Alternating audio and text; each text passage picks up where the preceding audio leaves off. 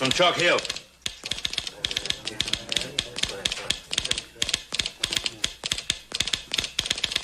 Red Pony and his renegades hit a ranch there this morning.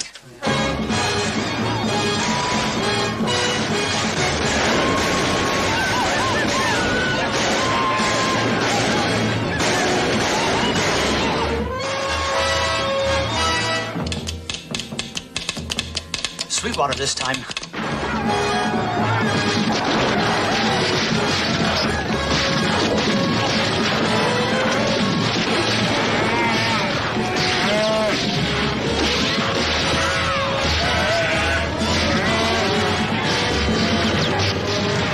So far, 28 known dead, 12 ranches looted and burnt. House and Little Joe rode up that way 2 days ago. Sweetwater again.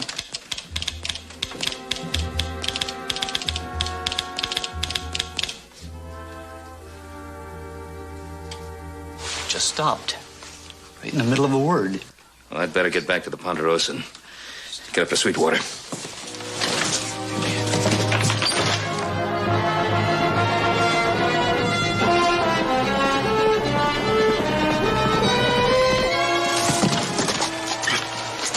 Thank you, Tim.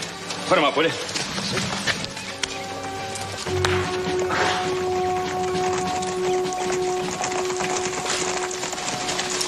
Lieutenant? I'm Lieutenant March, sir. We were on a routine training patrol and ran into an ambush. Better get the wounded inside the house. Get a doctor from town. Hurry up, Joe. Sergeant, take the wounded inside. I lost half my men before I realized what hit us. How big a war party? 35, 40. I counted at least 20 rifles. The rest were armed with bows and lances. Well, they'll have more rifles now. They just looted the Sweetwater ranches.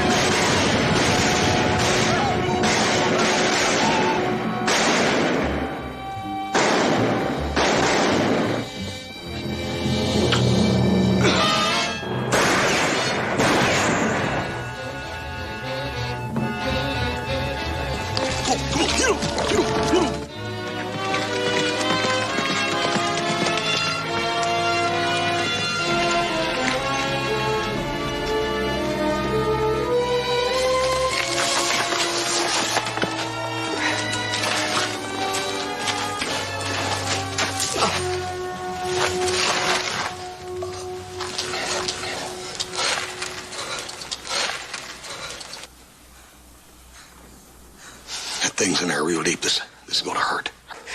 Let's go and get it out of there.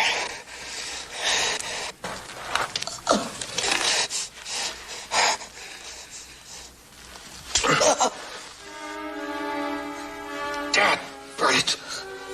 The shaft broke. Joe, I'm gonna get you out of this here. Everything's gonna be all right. I promise you.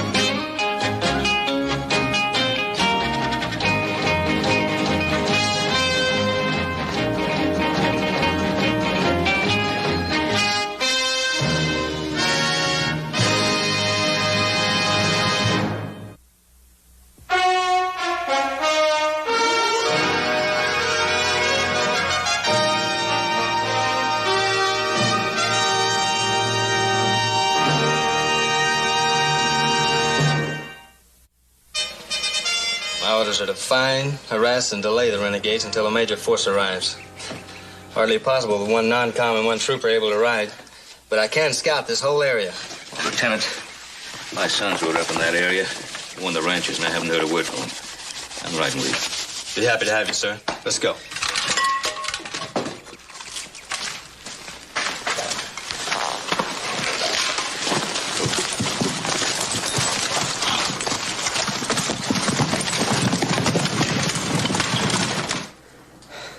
checked these rocks out. It looks safe here. I don't believe there's any of them Indians here. You need anything? Yeah, can I get us some more water? Sure.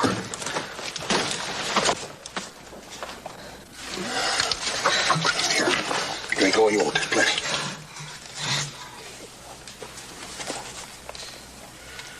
You want more? There's plenty. Oh, thanks.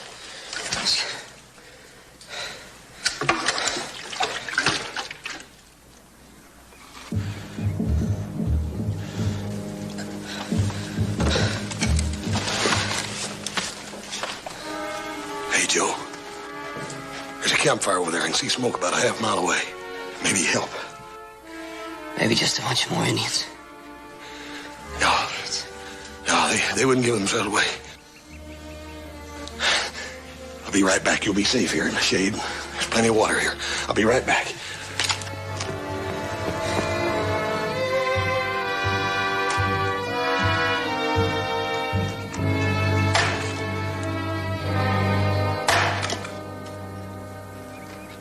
Hold the camp!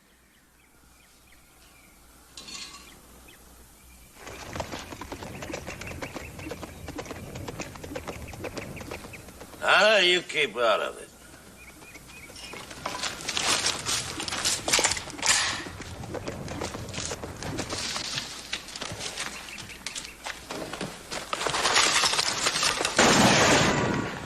Get back on that horse and ride out. There's renegade Indians right over that hill. They're killing and taking scalps. The smoke will attract their attention, and so will that gunfire. You heard me. Ride out.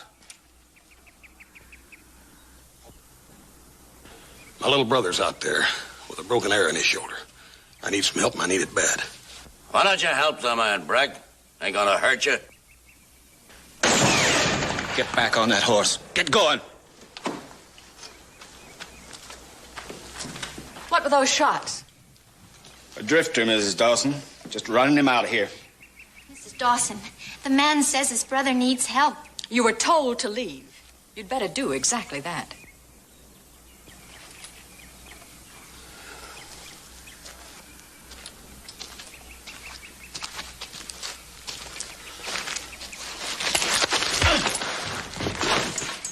I came here for help for my little brother, and I'm gonna get it. You're wrong, my friend. Drop the rifle. I am an impatient man. Drop it. You better do what he says, Pilgrim. Jonathan Fraser's an old hand at shooting people in the back.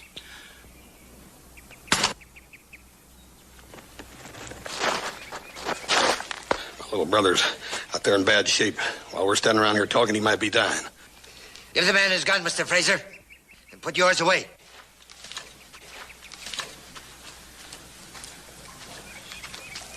Do as I say, Mr. Fraser.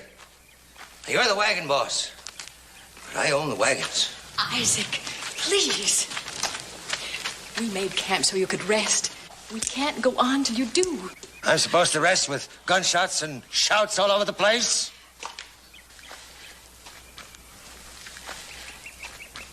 You stirred up quite a fuss, young man. Man's got a good reason, Doc. Doc? Yeah. Dr. Isaac Dawson, sir. Boys, it's the best luck I've run into in a long time. Doctor, my little brother's got a... An arrow in his shoulder. And you want me to remove it, huh? With these hands. Hardly possible.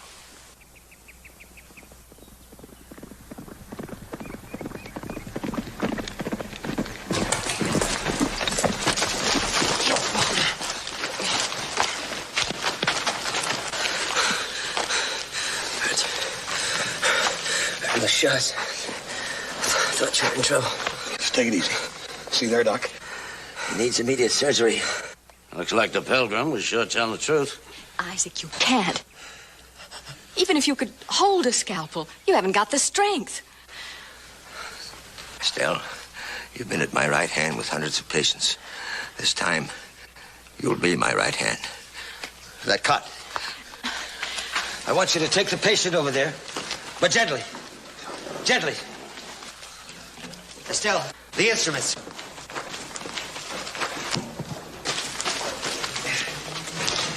Operating on strays with raiding parties all around, you're gonna get us all killed.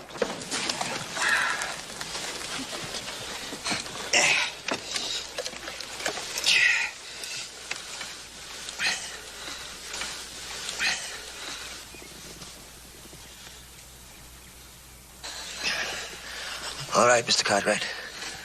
I'll remove the arrowhead, but there's a fee. Your services, you and your gun, until further notice. You got a deal. All right. Joe, we're in luck. We got a doctor and a nurse, and they're going to patch you up just as good as new. You can leave now. We can get along without you.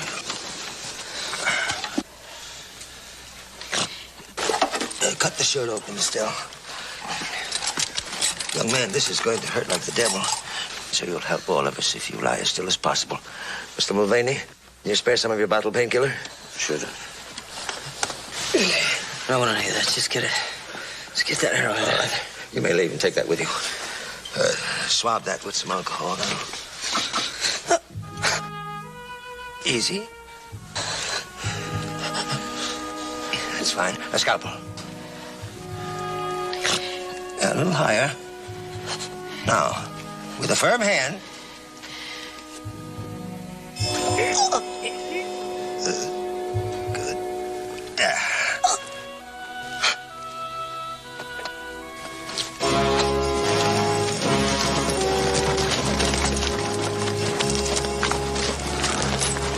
Good. Those hills, are they part of the Sweetwater Range? Yeah, they are. A whole lot farther than they seem to.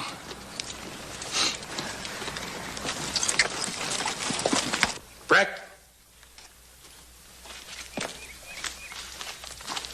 Breck, take the first watch up on the hill.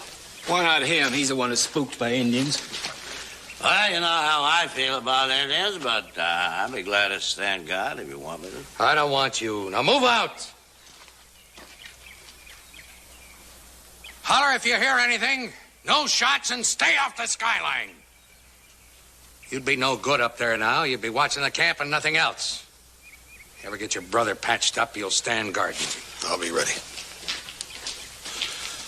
Red pony, huh? Getting to be a small world, Cartwright, ain't it? Too small. You heard of Red Pony? Oh, yeah, I heard of him. You know, I was going to ration this, make it last, but now it's beginning to look like I'm going to have more whiskey than time. Have a bite? Oh, no, thanks. Guess you must have been wondering about us, huh, Cartwright? That fine, warm welcome everybody gave you when you drove in. Way everybody jumped up to help you. Yeah, as a matter of fact, I was. You know, I've seen a lot of wagon trains west, but I don't believe I ever saw a bunch like you. No. 2 women, 2 thieves, a dying man, a discard who should have been dead a long time ago. But we ain't marching towards the golden promise of your grand and glorious West, Cartwright. No, we've been there. We had a belly full. Now we're heading back east, running out with our tails between our legs. Cartwright, looks like you joined a company of the losers.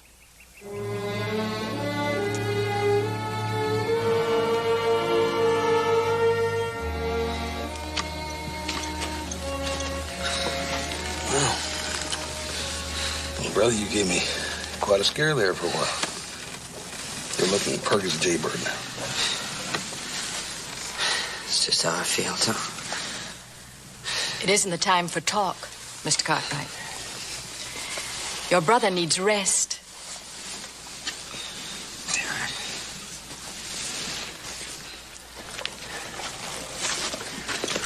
Ma'am, I don't know how I'm going to ever thank you and your father for what you've done. I want no thanks. Dr. Dawson's getting the sleep he should have had hours ago. He mustn't be disturbed. And he's not my father, Mr. Cartwright. He's my husband.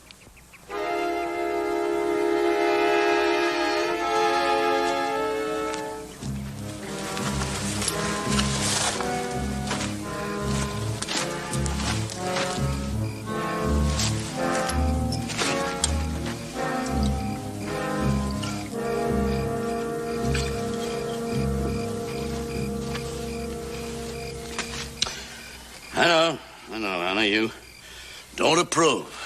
I wish you wouldn't. Yes, well, it's my fault that you're here, Anna. That's why I need a taste of this to get the taste of that out of my mouth.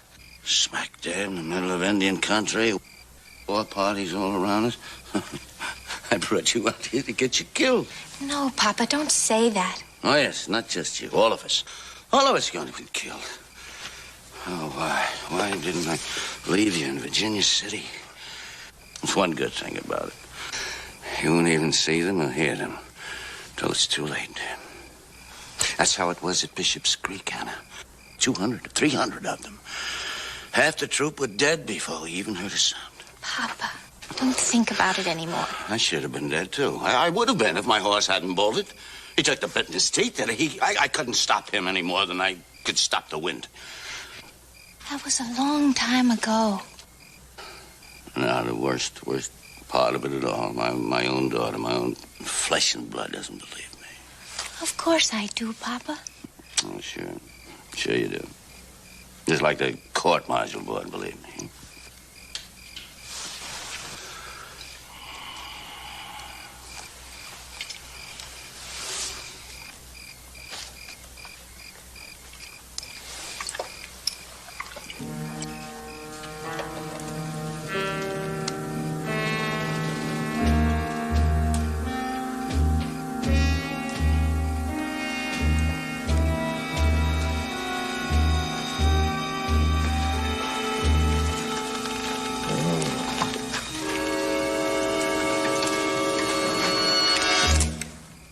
I wouldn't do that.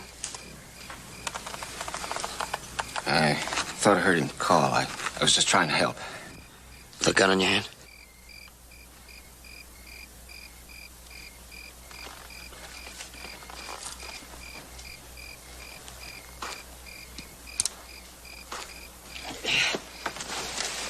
Thank you, Mr. Cartwright. But you're supposed to be in bed. Yeah, I guess we both are. Yes, but first I'm going to take a look at my patient. Come along with me. Look, Doc, I'm feeling fine. Well, just lie down there and let me take a look.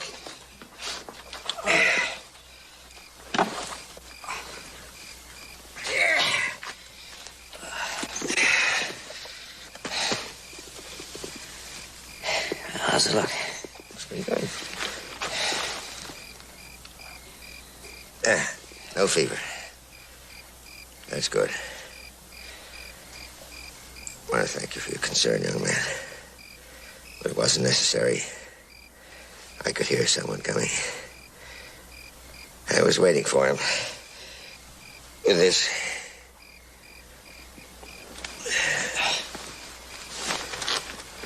What's it all about, Doc? Well, I couldn't employ any honest men to drive my wagons. In the face of all this Indian trouble, I had to take what I could get. Well, when you hire a thief, you expect him to try to rob you. I have 2 thieves in my employ, Breck and Fraser. They both have the idea that I have a considerable amount of money stashed away in that wagon. I let them think so. You're not only heading the trouble, you bring it along with you. No, not really. You see, they keep an eye on each other. Well, this is the first time either one of them has had a chance to get near my wagon alone. Look, Doc, why don't you be smart? I go back to Virginia City. Why take the risk? Wait till the Indian trouble's over with. How long will that take? 2, 3 weeks, a month at the outside. Huh?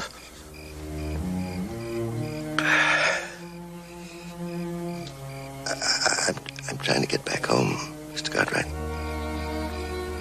I want another look at the place where I was born. I want to see my son. See my granddaughter. I've never seen her. I can understand that, but what difference does it make if you see her now or a month from now? I don't have a month. I don't have 3 weeks to spare, Mr. Cartwright. I'm a dying man. Get yourself some rest.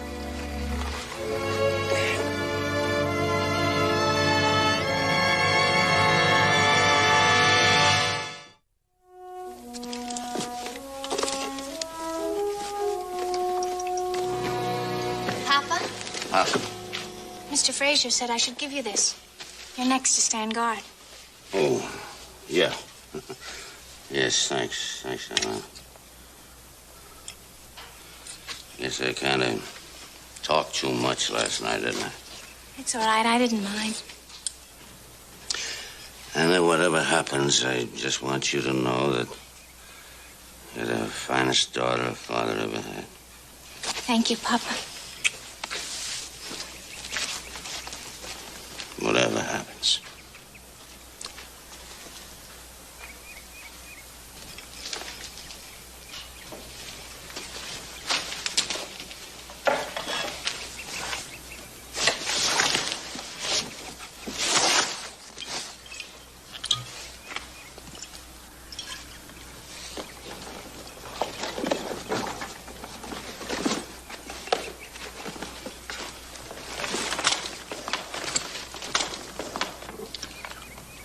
Cold beans and yesterday's biscuits. You must be feeling pretty good the way you're eating, Joe. No reason I shouldn't, is there? No. You know, Joe, I promised these folks that I'd ride with them. Be an extra gun in case they run into Red Pony. It's 2 guns. I can still pull a trigger. They ain't going to Virginia City, Joe. They're going east. Where is he? I don't know. How long has he been gone? Just a few minutes ago, I gave him breakfast. All right. What's all this about? Mulvaney's gone, along with half the shells we got left. He did it again, huh? Bishop Creek all over again. That time he left the troop to get chopped up, and this time he leaves his daughter. No, he wouldn't. He did. His saddle and his horse are gone, and the tracks lead straight east. He was drinking. He didn't know. Don't make no difference why he went or how come. A man out there alone ain't gonna last long. We're gonna have to go get him. Not me. I say good riddance.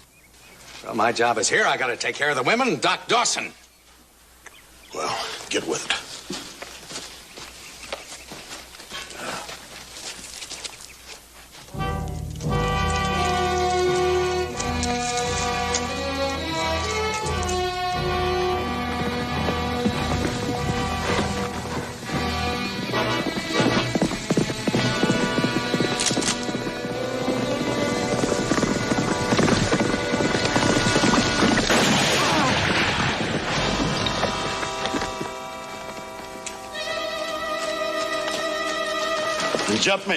They jumped me before I could even draw. I don't know. I got so scared I couldn't think, Cartwright. All I could do was run. We better get out of here. There's more of them out there, too. They're liable to jump us any minute. Yeah, and they probably heard that gunshot. But they ain't too close, or they'd already been on us. Come on, let's get out of here.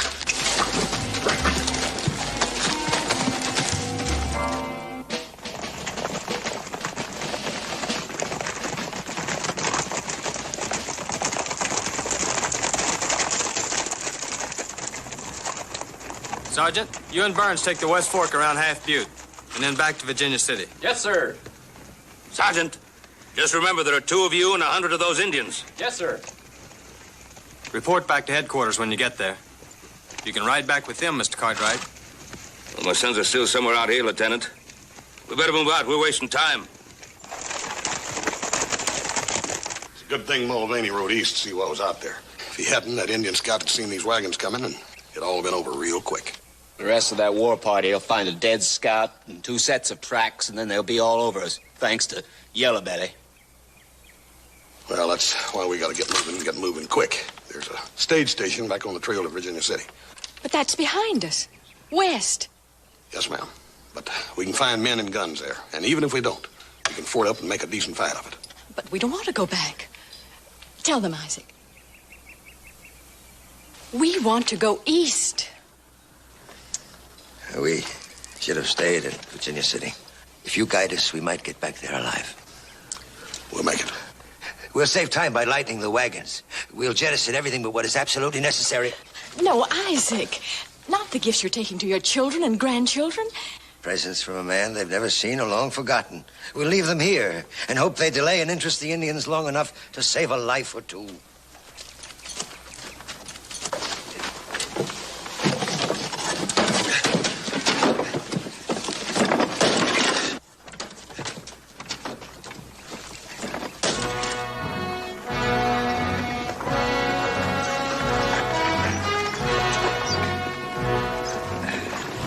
Catching it pretty rough, Doc.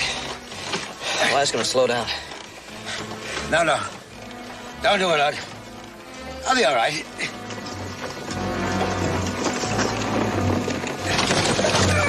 Oh! You better stop, Mrs. Dawson. Your husband needs you.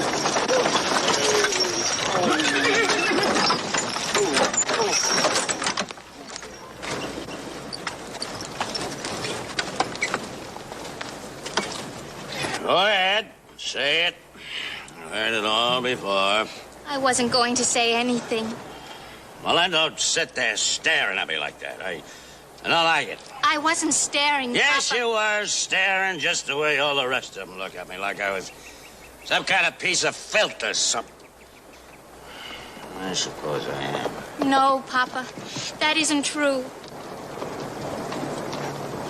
What's the holdup? Dr. Dawson. Mrs. Dawson is giving him some medicine. And I'm taking mine. Brave water. Hey, go ahead, Cartwright. Tell him what I was doing when you found me this morning. You better go easy with that whiskey. We got a long ways to go. All right? And I'll tell you what I was doing when he found me. I was running away. Papa, it doesn't matter. It doesn't matter. What do you mean it doesn't matter? I was running away. I was gonna leave you behind to be killed. Papa, I said it doesn't matter.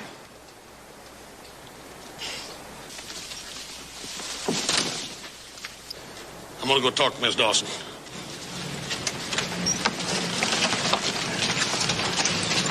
How's your husband, ma'am? We have 2 very sick men in this wagon. Little Joe's worse, huh? Burning up with fever. Infection has set in.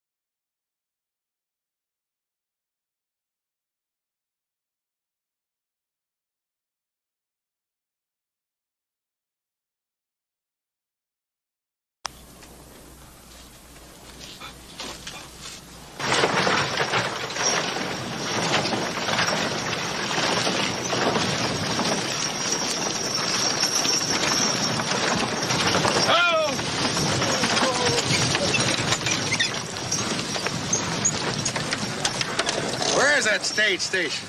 Right around the bend.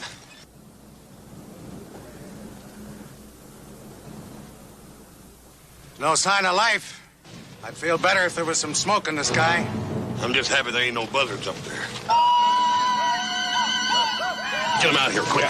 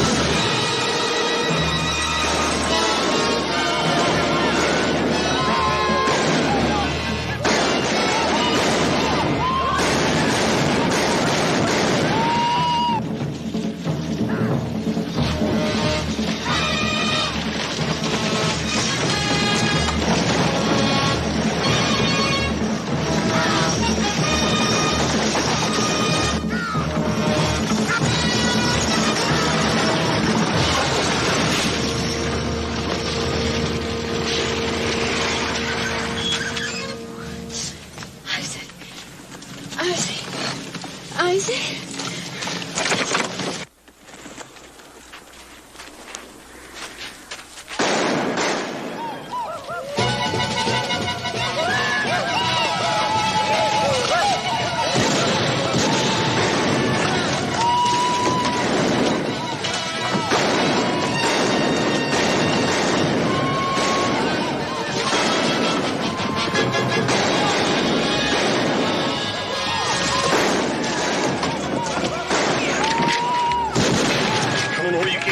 But you're sure welcome.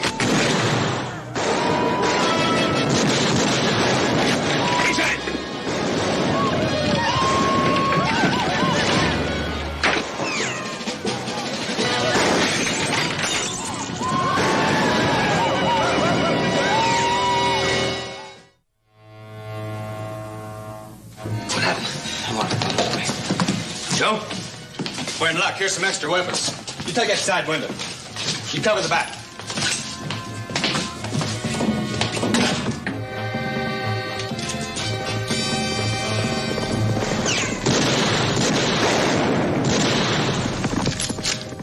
There's only 3 or 4 of them now.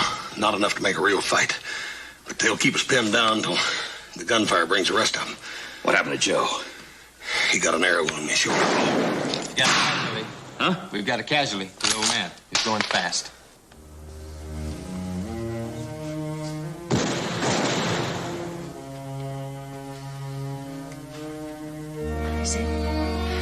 Isaac, can you hear me?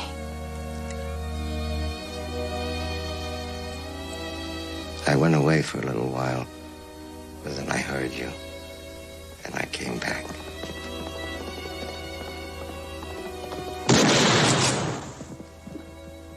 All of you paying for my foolish stubbornness. I've done you all great harm. Shh. We'll be all right. Don't worry. You're going to be all right, Isaac. You will. No. We both know better. But at least there's no pain now.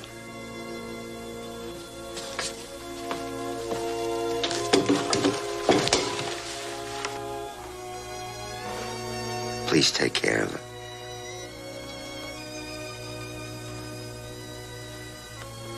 She's a fine woman.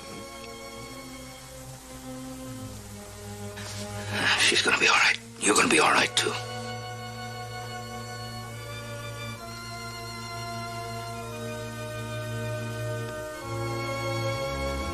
No pain.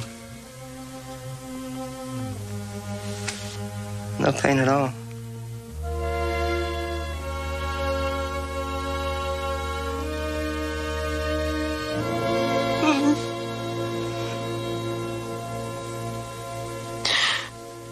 The kindest man that ever lived.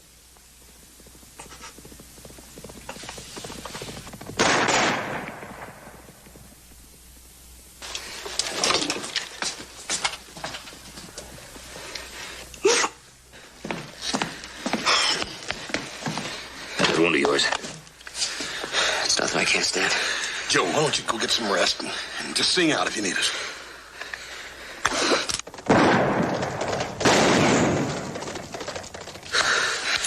If I waited for you two to sing out, I'd have been scalped by now.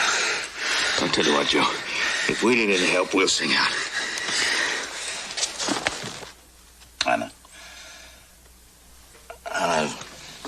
Bishop's Creek. My horse didn't bolt. No. I nearly ripped his sides open with my spurs getting me out of there. And today, when I was supposed to be out scouting, looking for help, I wasn't. I was just trying to save my own worthless neck. But why don't you stop torturing yourself? Worst thing I ever did was to bring you out here when I knew there could be trouble. I don't know why you even speak to me. You're my father. If I was you, I'd be ashamed to admit it.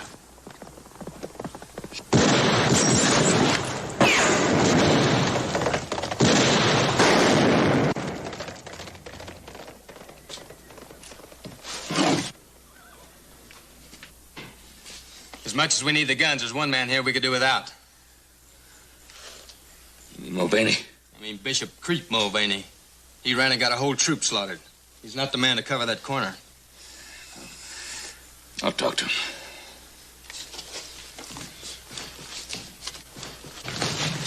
Anna, Mrs. Dawson can use you. Of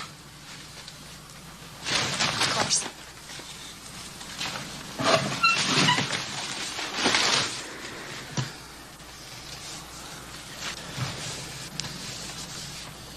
I'll need to tell an old soldier that barn gives us a blind side. A couple of them can sneak in from the other side and come charging through before we ever knew they were there. Sure.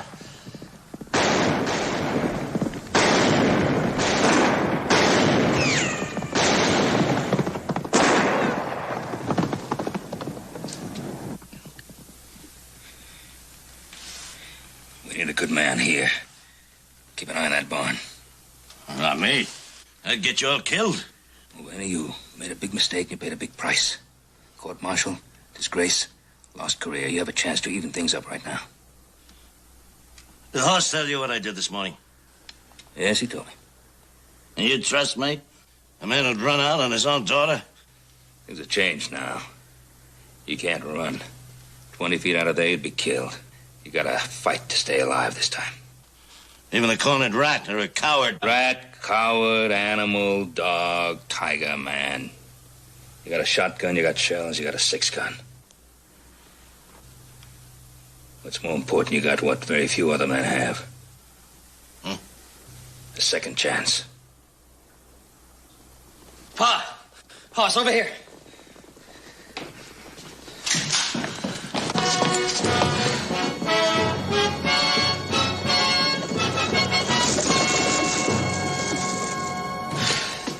They heard those gunshots and they came running.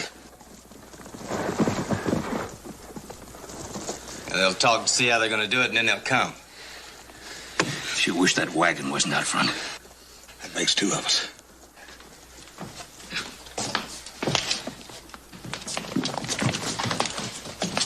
Well, that barn back there isn't the only blind spot. The wagon out front's another one. You know, they could sneak in behind it, push it up to the front door. They'd be inside on top of us before we know what happened. Well, let's hope they don't think of that. Oh, they will. They will. We only had a little dynamite, 2 or 3 sticks. It'd blow the wagon to smithereens. They'd never be able to use it for cover. We could use a troop of cavalry, too. We don't have them either. I counted 12 of them out there. They're going to keep us pinned down until we run out of shells and then burn us out. I also spotted a horse out back. Now, if you give me covering fire, I can ride out and get help. Listen to him. Huh? You hear the panic in him? He's got the shakes. Wants to save his own hide. I'm an old hand at running, Johnny. I know all the signs. Now, don't try it. Don't even try it. Stay right where you are. They'll kill you before you get 10 yards. It's quiet now. It's worth a try. Better get back to that window. They'll be coming any minute.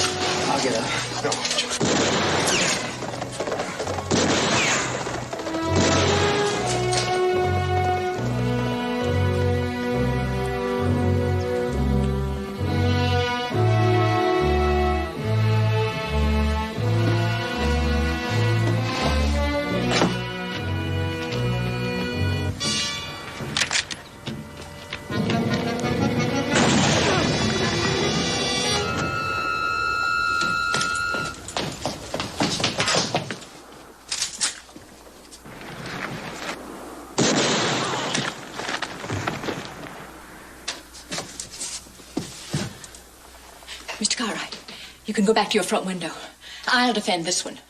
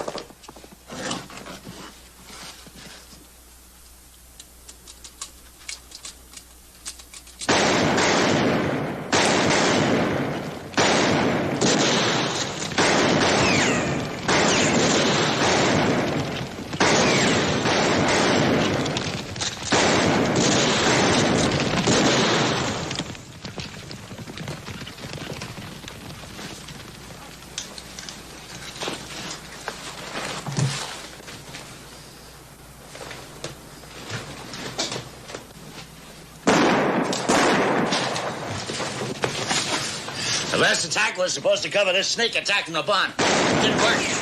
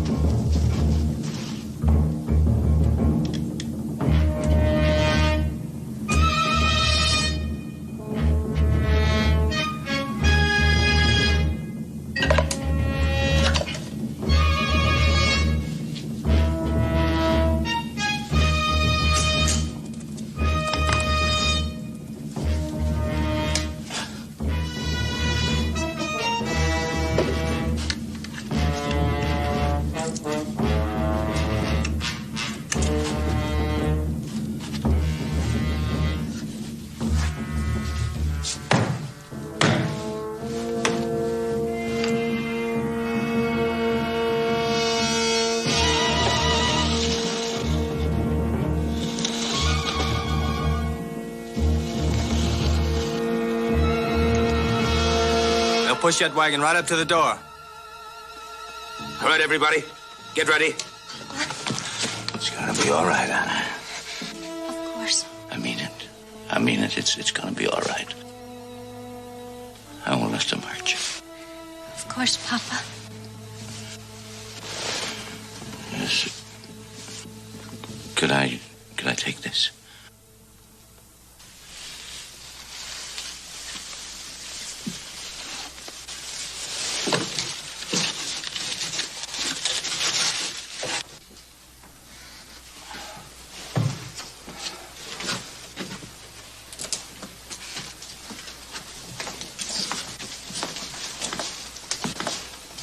Baby, what are you doing?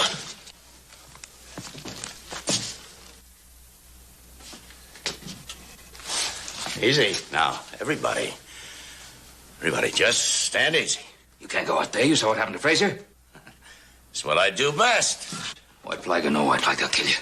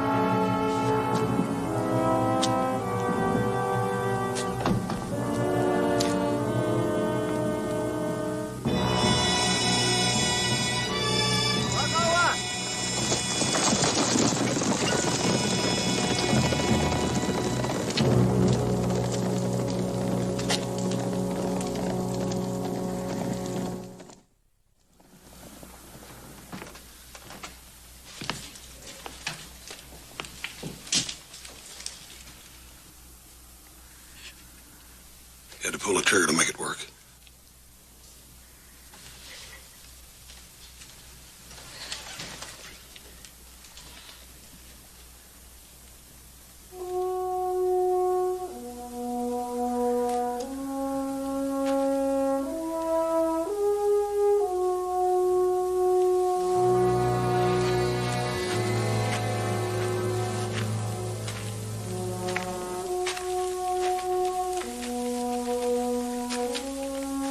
We're ready to leave when you are, sir. Miss Mulvaney, one request, ma'am. I'd like to send this back to West Point. They have a museum there for weapons used bravely and valorously. I'm sure they'd be proud to have it. Daddy would be proud, too.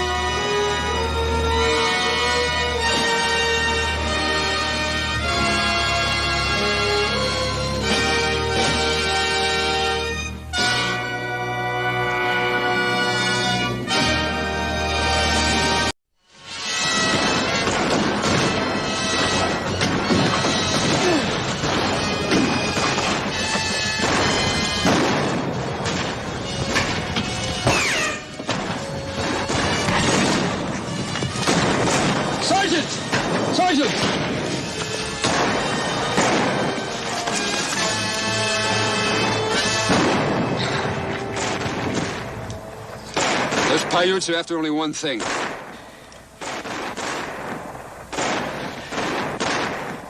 If we keep him here, they're going to get him. If you move out in 5 minutes with troopers Burke and Sloan and the prisoner, I'll give you covering fire to get you started, then fight a delaying action to give you some running room. Ponderosa Ranch. Due west of here. Now move out, Sergeant. Yes, sir.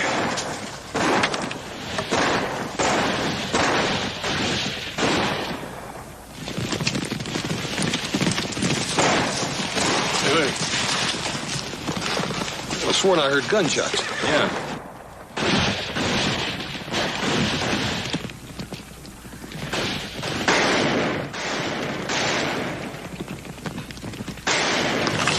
Let's go.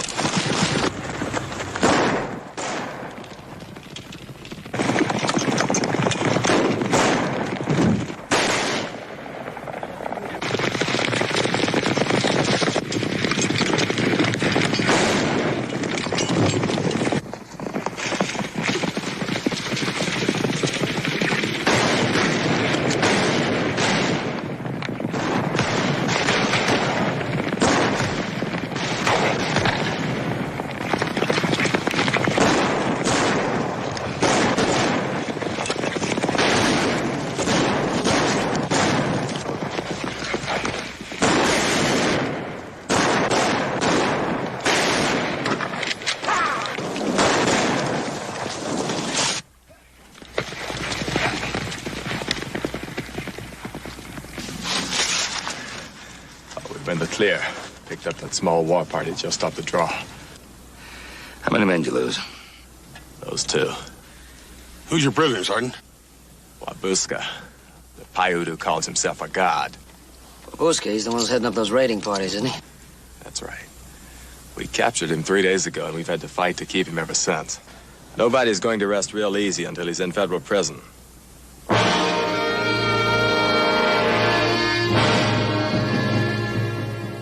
Maybe you can help me. I'm supposed to turn him over to the commanding officer of the Virginia City 116th Militia, Major Ben Cartwright. Well, Sergeant, I'm Ben Cartwright. Ben Cartwright of the Ponderosa? Yeah, but the 116th was deactivated years ago. I'm Colonel Brill, sir. You and the 116th have just been called active duty.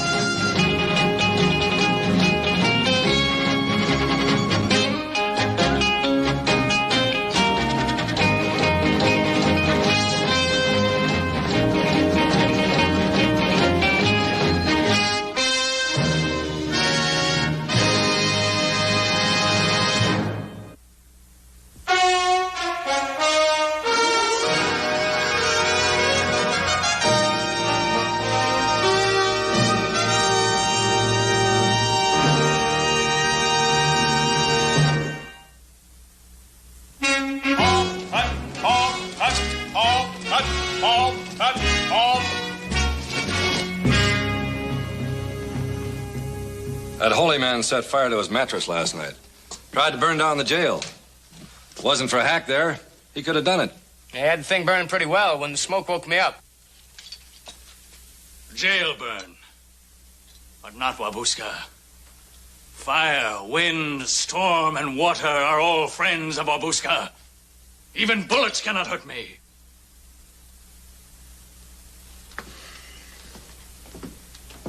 Bad enough Wabuska believing it. He's got the whole Paiute tribe believing it. Ah, Ben, I guess we all knew that militia could be reactivated. It's been a long time. You and I are a lot older. Yeah, we sure are. When I got my orders, maybe if I can get Wabuska to Fort Churchill, the rest of the chiefs will listen to reason. I don't envy you the job, Ben. But I gotta admit, I'll be happy to get him out of here. I'll be just as glad to be rid of him as you are. Hey, Paul. Sergeant Anker and Little Joe did all right. They got about 20 men coming down the street toward the jail.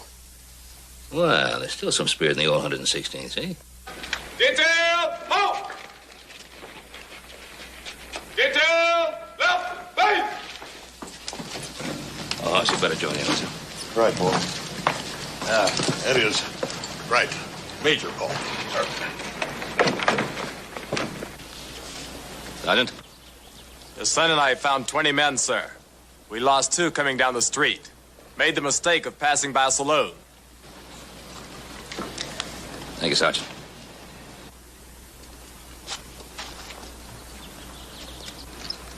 Now, men, I'll be short and simple. We've all been together in the 116th, and I've been recalled to active duty and empowered to organize a detail. I'm looking for volunteers. Well, it might help if you told us what we were volunteering for, Ben.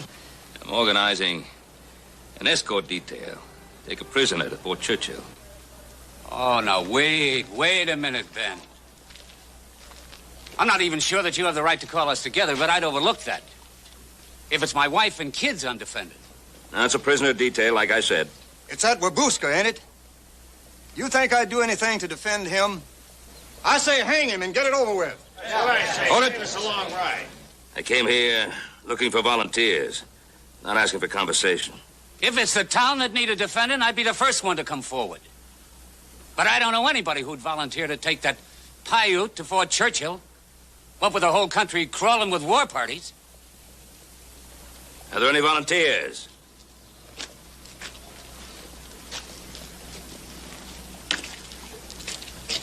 Come on, Spence. We've been hanging around this town long enough. This is our chance to get to Abilene. Oh, with a bunch like this, we ought to make it through Indian country all right. Is that right? You and Joe going? That's right. Then I am too. Tim Kelly volunteering. I say when it comes to fighting, one good cowhand is as good as 4 or 5 of them Paiutes. This ought to be a chance to prove it. Sorry, Ben. You understand, Ben? Hey, I'm coming. Wait. Hey. Oh. Hey. And a...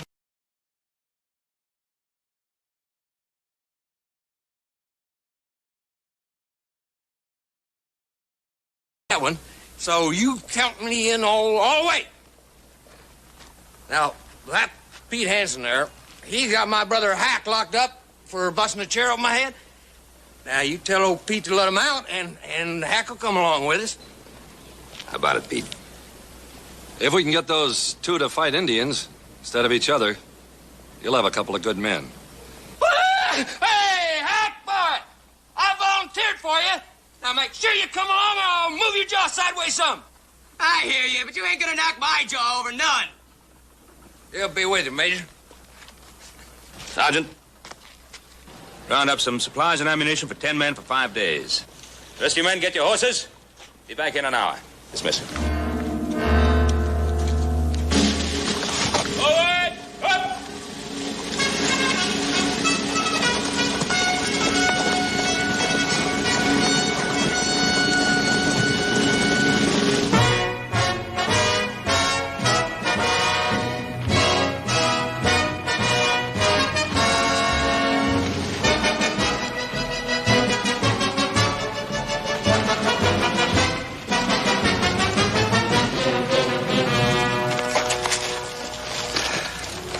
End of the road, Major. Indian country from here on out.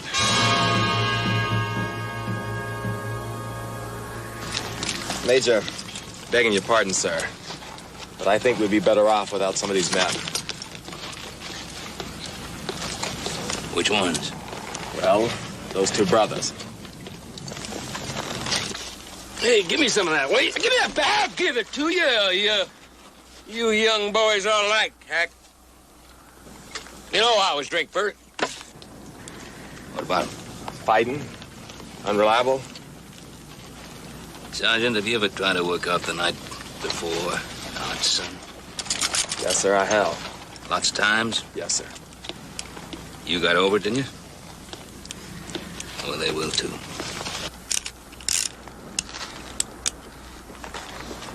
What about that trigger-happy kid?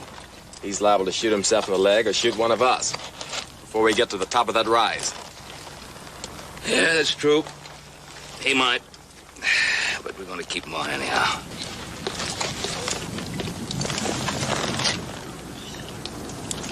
We'll write a scouting order from here on in. Yes, sir. I'll ride point, show the men how.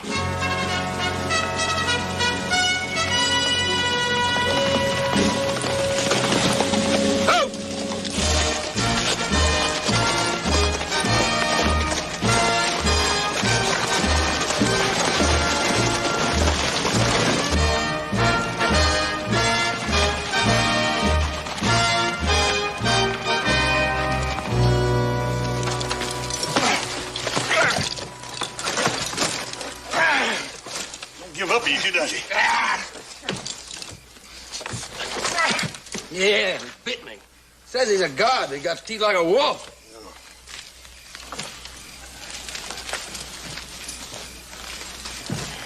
This is a cold camp. Iron rations, no fires, no noise. You rode point today. That's a risky job. You stuck your neck out. It's got no long future, Spencer. That's why we change every day. Your duty tomorrow, I hope you're lucky. You'd miss me, huh? No, but if you're lucky, we might all reach Fort Churchill alive.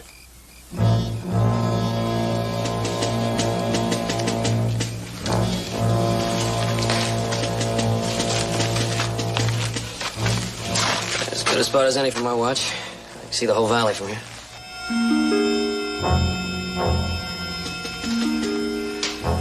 Tim, I'm gonna spot you on the other side of camp.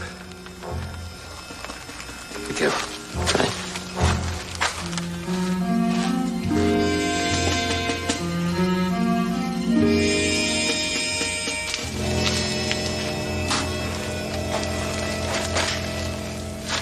All right. This will be your guard post. Now, Kelly, you keep a sharp watch. If you see or hear anything wrong, whistle like this. You bet, sir. And Kelly, remember, you're not to leave this watch. Don't worry, Major. Ain't nothing gonna happen that I can't handle. Like I said, them Paiutes ain't much. Don't try to be a hero. If you see or hear anything wrong, whistle.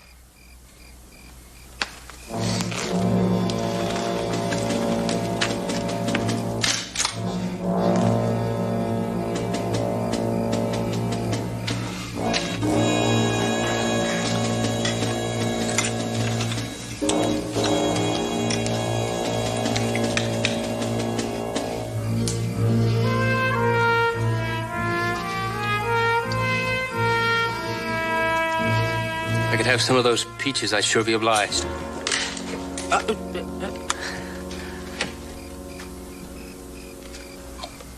It's been a while since I ate. Major! Where'd you come from? Out there?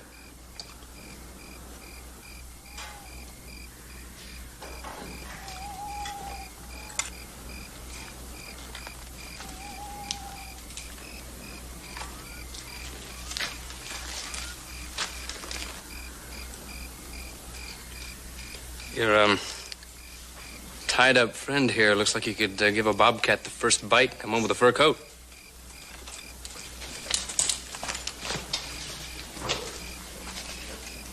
He just popped up, Major. I didn't see him or hear him come in. My name's Candy. Where you from?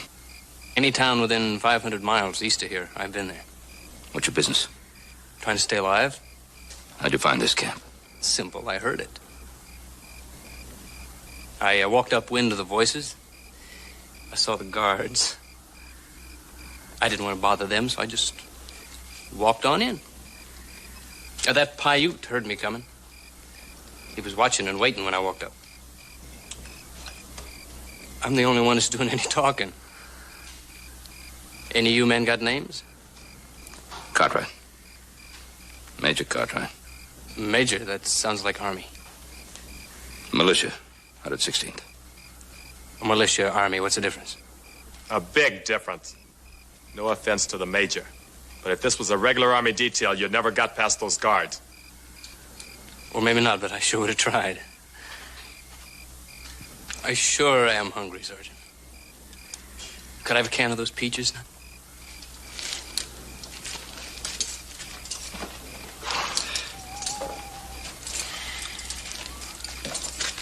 Thanks, I got my own.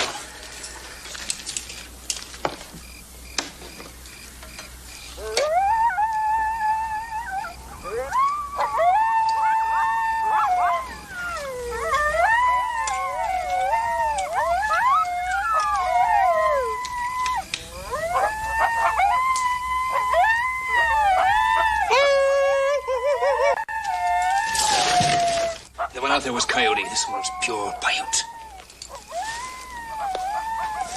They're Paiute out there, too. You let this one sing, and you'll bring them all right here.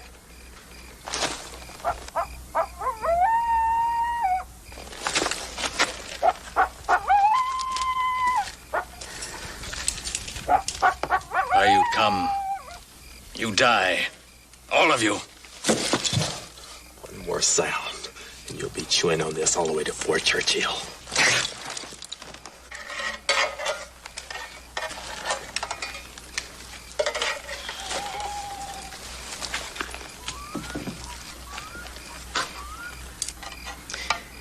Candy. Candy. Now, what kind of name would that be? My name? After a while, it won't sound any funnier than Steve. Or a Hoss.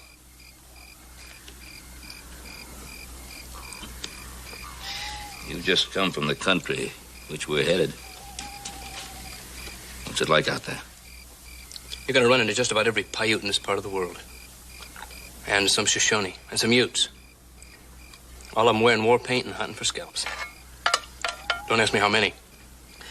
I was too busy hiding and too scared to count. You said you walked in here. Where'd you leave your horse? About 2 days, about 40 miles behind. Was shot out from under me. You wouldn't have an extra horse, would you? No, sorry. Afraid of that.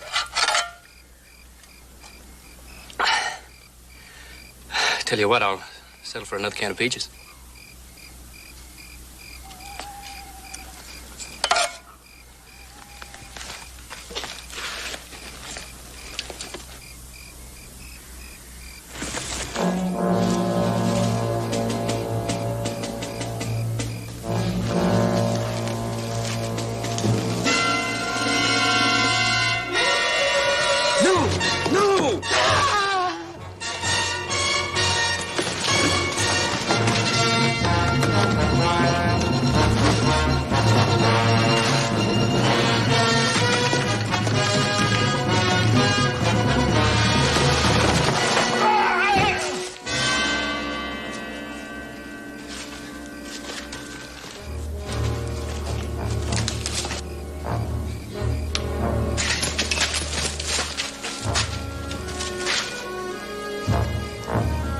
Where the devil did he go?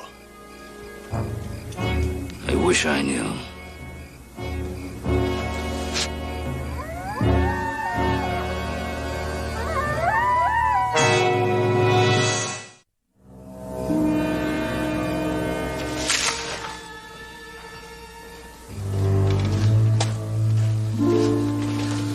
How you doing? Much to report.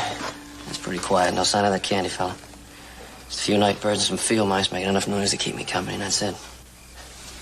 You keep looking at those shadows long enough, they all begin to look like Paiutes. Yeah. Now, just as long as they don't make any sudden moves. Right. I'll see you a little later.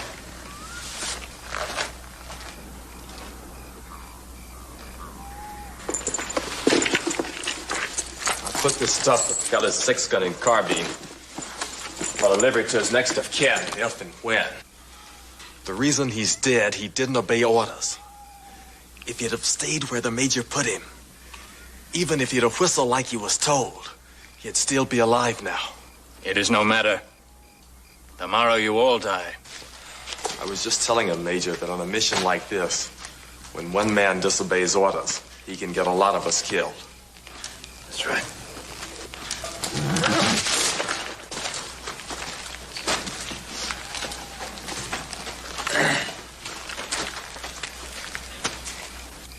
Sure makes a fella feel good. Everybody's so glad to see him.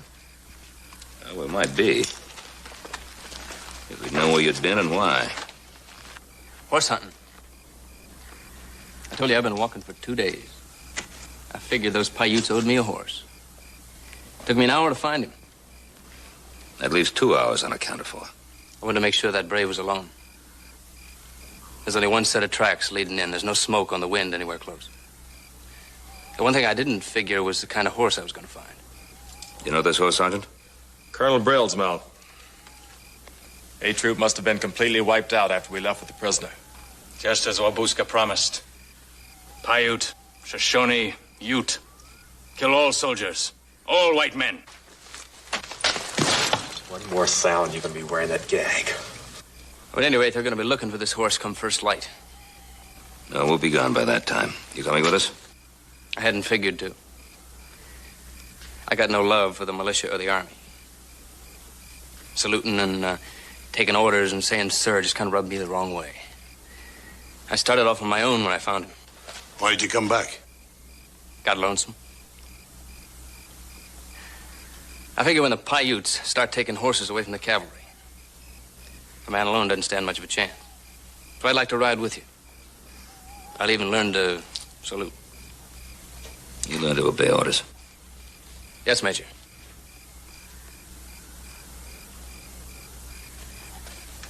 All right, from now on, we ride two-man point. Second one keeps the first one in sight. He keeps in sight of the main body himself. We'll leave it an hour. Yes, sir.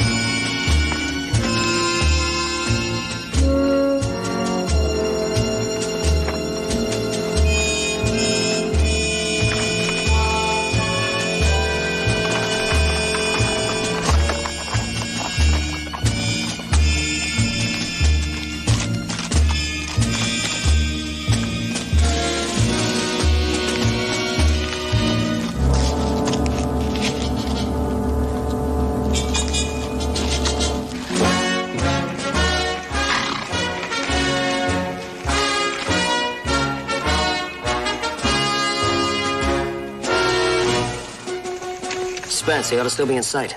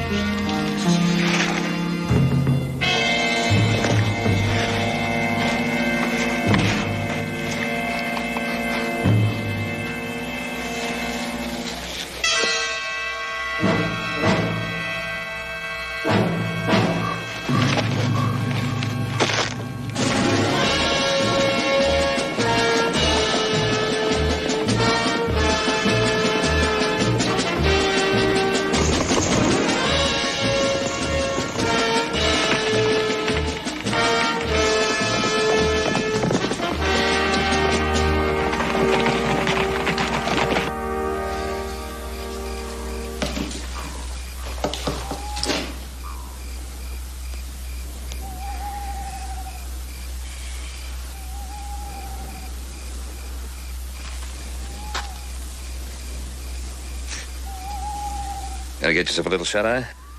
Yes, sir. I got the guard duty right before dawn. Have a good rest. Thank you, sir.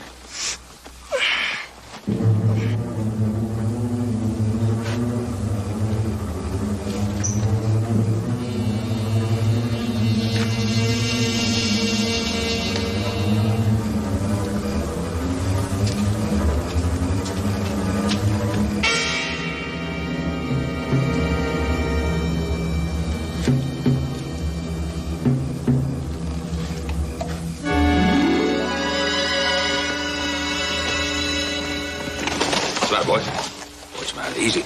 Easy.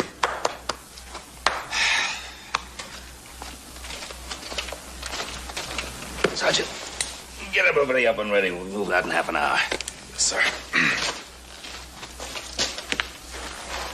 I'm ready to ride. Up. We're moving out.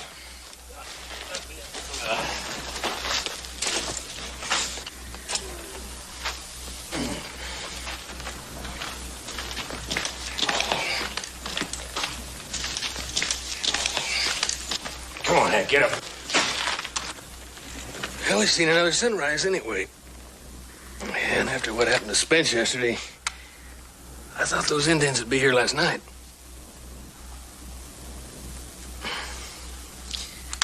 Come on, get up, will you? Hey, you can sleep when we get back to Virginia City. Get up.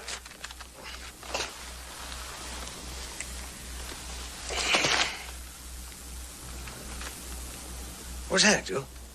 You stand and watch. He'll leave me about 2 o'clock this morning.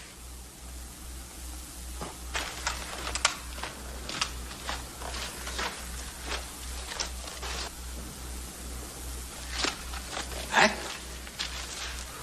Hank?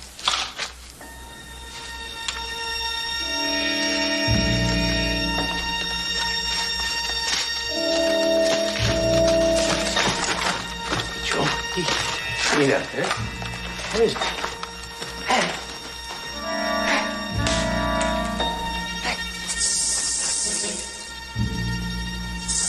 He's on guard duty. You sent Hank on a mission.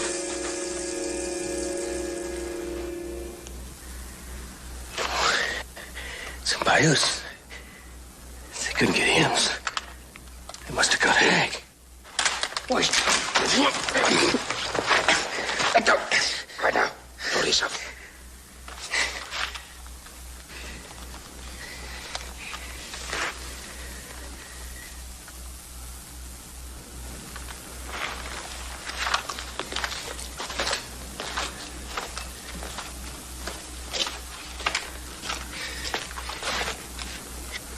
I got my brother out of jail. And I brought him out here. Just to get him killed.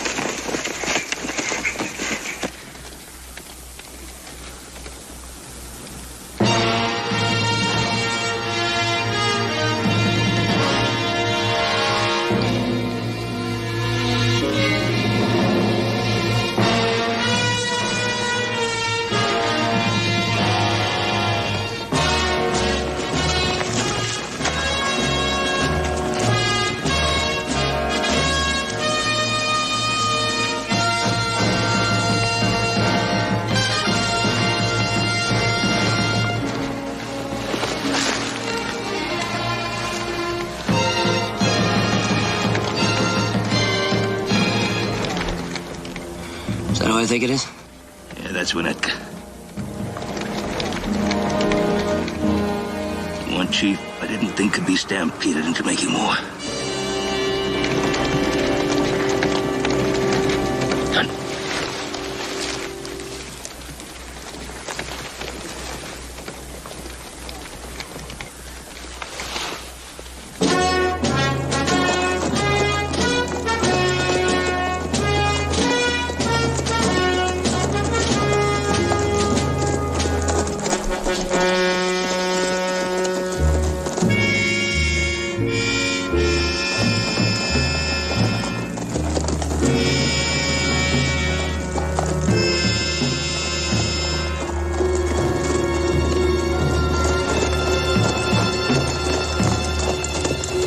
turn.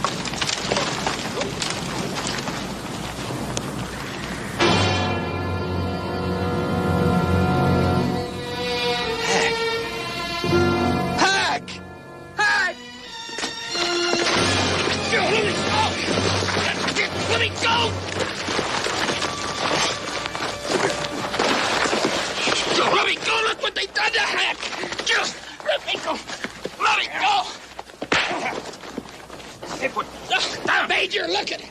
Hack! Hack! Let me go, Major. Let me at it. Steve, listen to me. That's just what they want to do. They want you to go out there so they can kill you. So we can all go out there one by one, and they can kill us one by one. They're waiting, just waiting out there. Major, now listen to me. Look what they did to Hack. Quiet! Did you hear me? Oh, you're gonna stay with the detail, and you're gonna obey orders. Do you understand?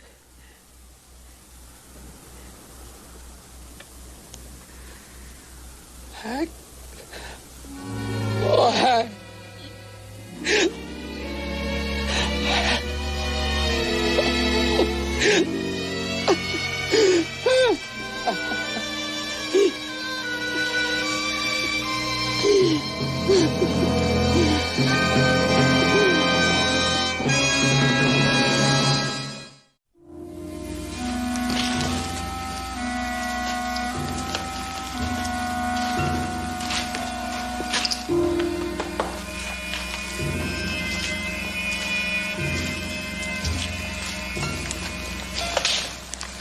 Nothing.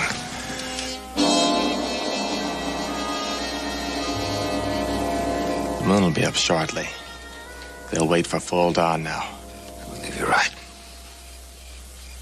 I check back every half hour. Major, with your permission, sir, there's something I'd like to get off my mind.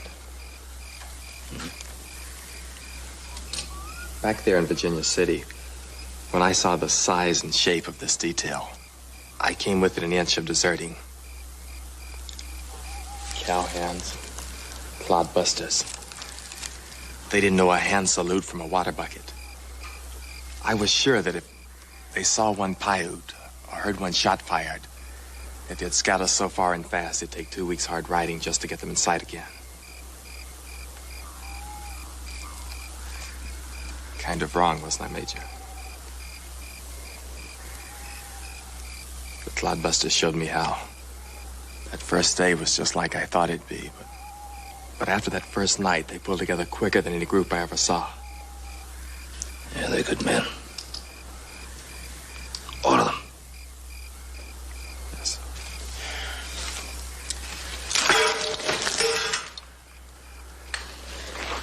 It's your supper. If that's what you want to do with it, it's all right with me.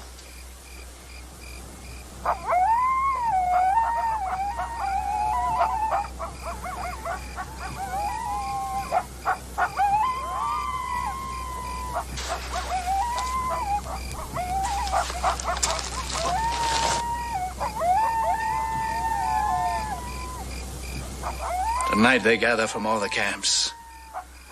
Tomorrow they set me free. You've said that more times than I can count.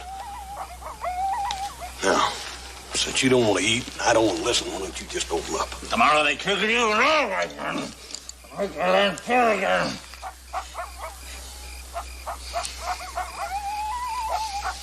What were you saying? That's what I thought. Coyotes?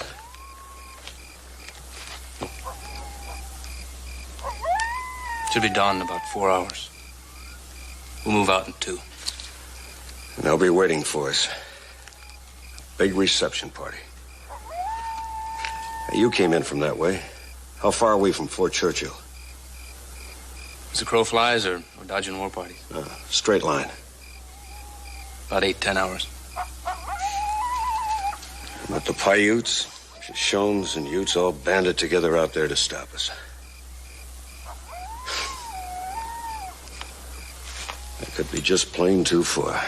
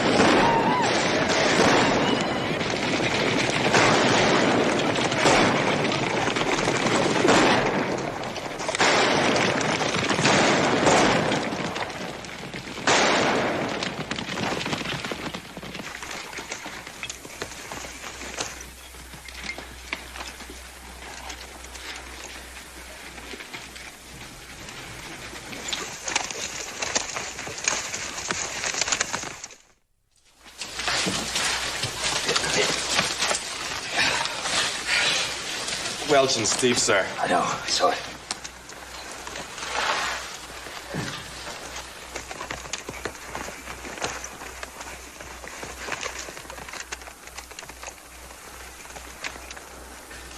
Make the odds about 10 to 1. Yeah. Gotta stay there. Just at a range until they find out what we're going to do with the chief in Wabuska. Why you do this? Nothing can save you now. Chief, you and I have been friends for many years. I've been to your house. You've been to my house. We've exchanged many gifts of friendship. Long ago, yes.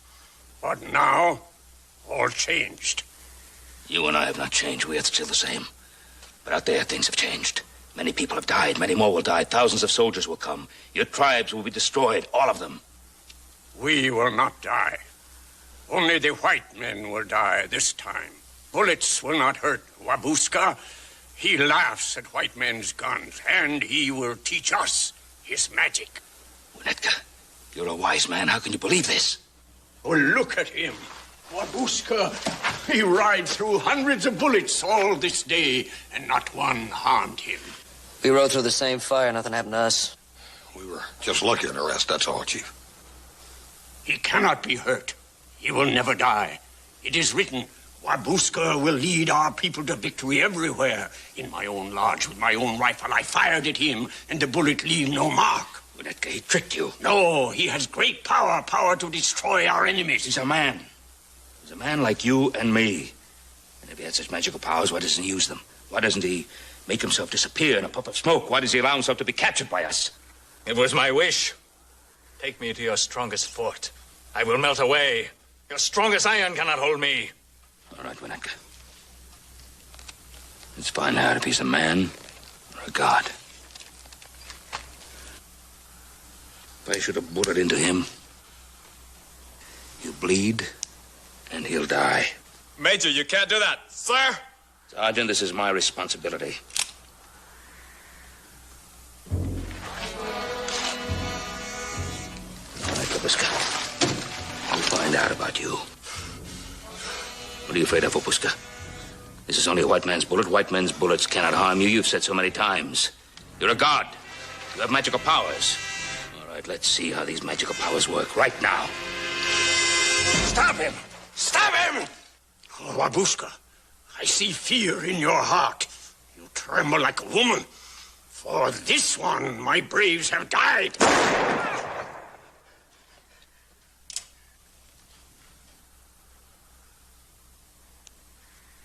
Well, Winnetka, he bleeds. Like any man. I have been a fool. What do you do with us now? Go back to your people. Tell them Wabuska bleeds. Tell them he cries. Tell them he's no longer your leader. Tell them that they must allow us to go through to Fort Churchill where he'll be punished. And speak to all your tribes. Say to them that there must be no more waste of lives. That no more blood must run in the sand again as it ran today. White man's or red man's. Tell them there must be no more false gods. Tell them this, Chief Winnetka.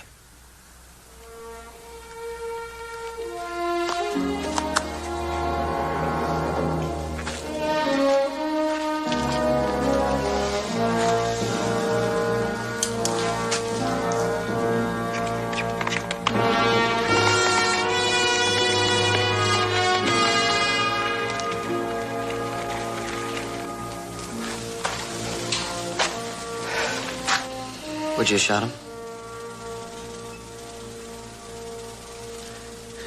You saw the death. The blood. The senselessness. Would I have shot him? Would you?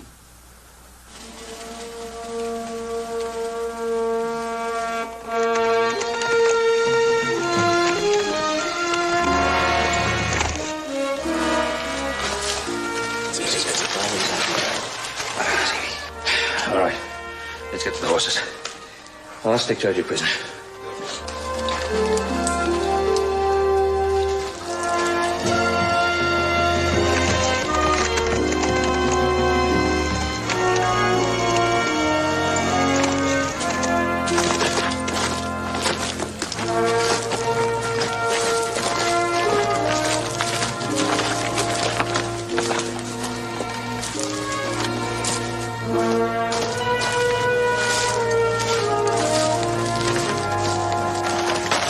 See, one little thing I forgot to ask. What's this military duty pay? Volunteer duty, food, bandages as needed, and a big vote of thanks. Well, do you think that vote of thanks could be stretched to include a horse and a saddle? You recall that Paiute kind of shot mine out from under me. Yeah, I recall. Yeah, I guess it could include that much. And more, maybe. We're gonna need some roundup hands once we get back to the ranch. It'll be hard work, but one thing for sure, the Paiute won't be shooting your horse out from under you. Oh, no thanks. I'm not looking for a steady job. I got a lot of traveling to do. Kind of sounds to me like the man doesn't like hard work. Now, wait a minute. The two of you never saw the day when I couldn't work you both right into the ground. I could show you more riding, more roping, more bulldogging. Looks like you just hired yourself another hand, Paul.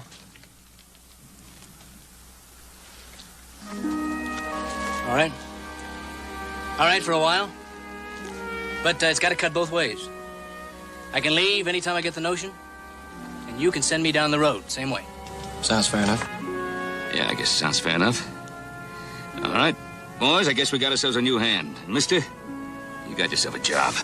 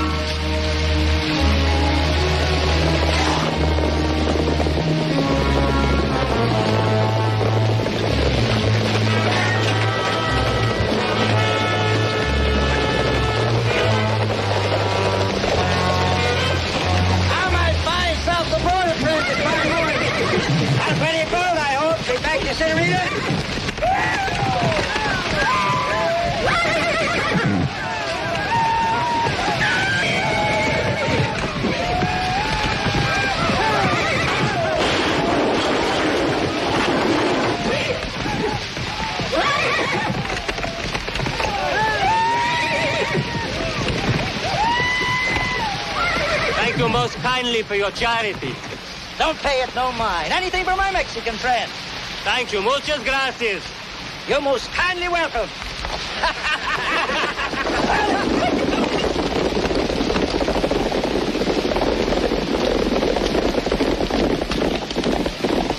Sit down, amigos.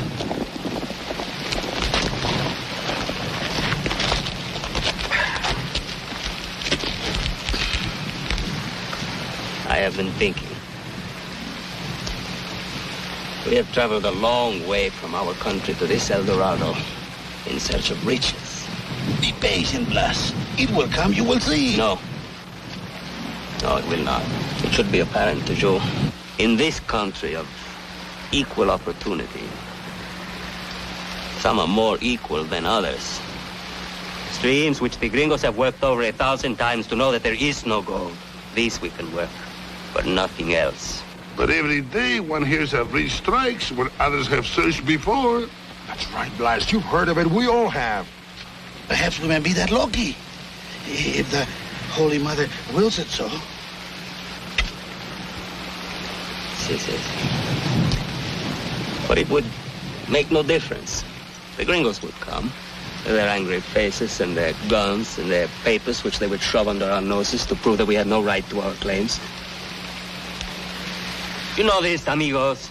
What do you propose? That we return home? Not immediately. Soon, but not immediately. May we search for gold in the stream a little longer? No, this stream has nothing more for us. But there are many rich men in Virginia City. This is where we should search for gold. Perhaps we can persuade one of these to share his wealth with 4 sad Mexicanos.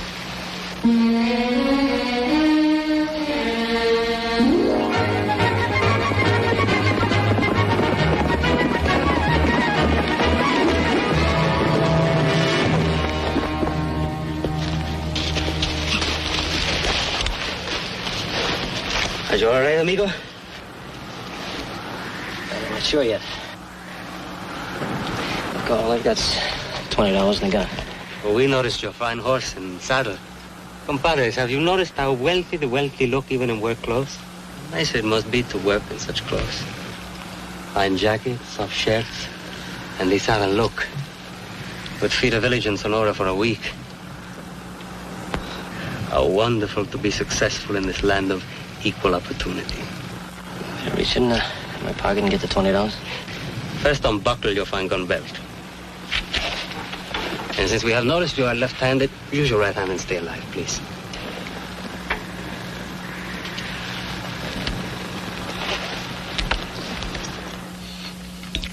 Where little Joe is? He ought to been back in Carson City a couple hours ago. Well, you know, little Joe, he can always find something or someone attractive in Carson City. Yeah. You better get out to the corral. I'll help you open it. On my way, Bo.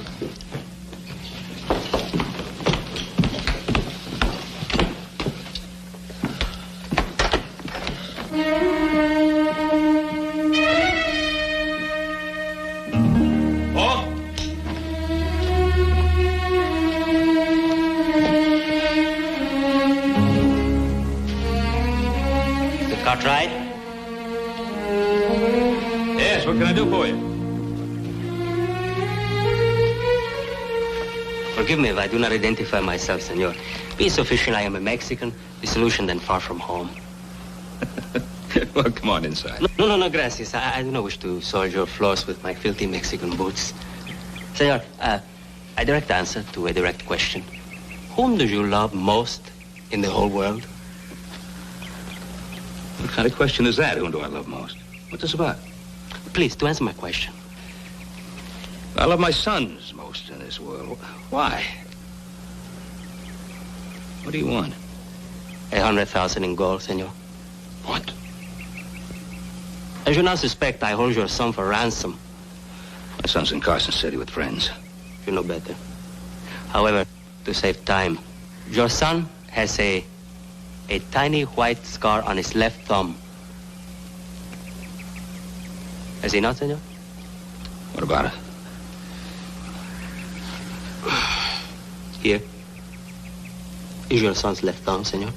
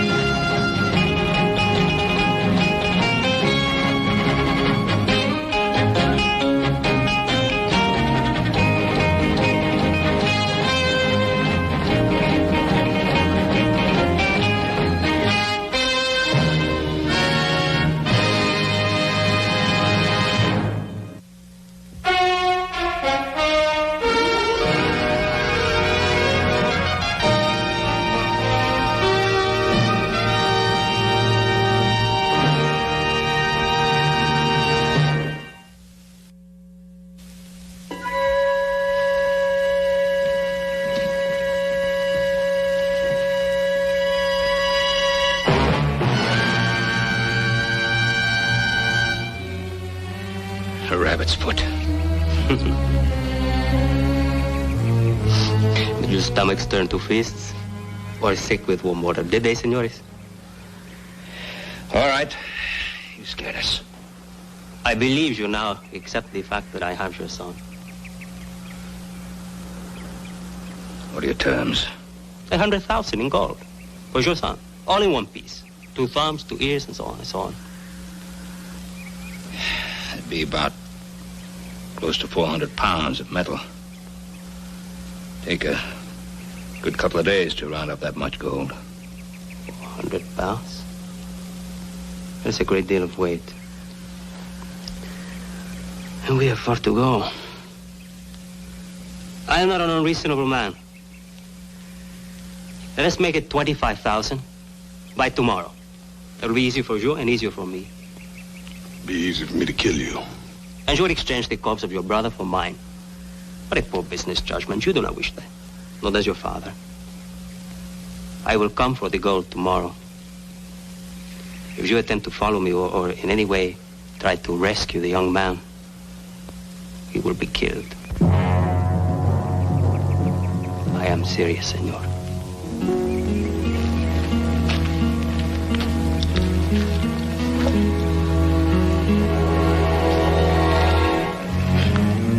Hasta la vista. What do we do?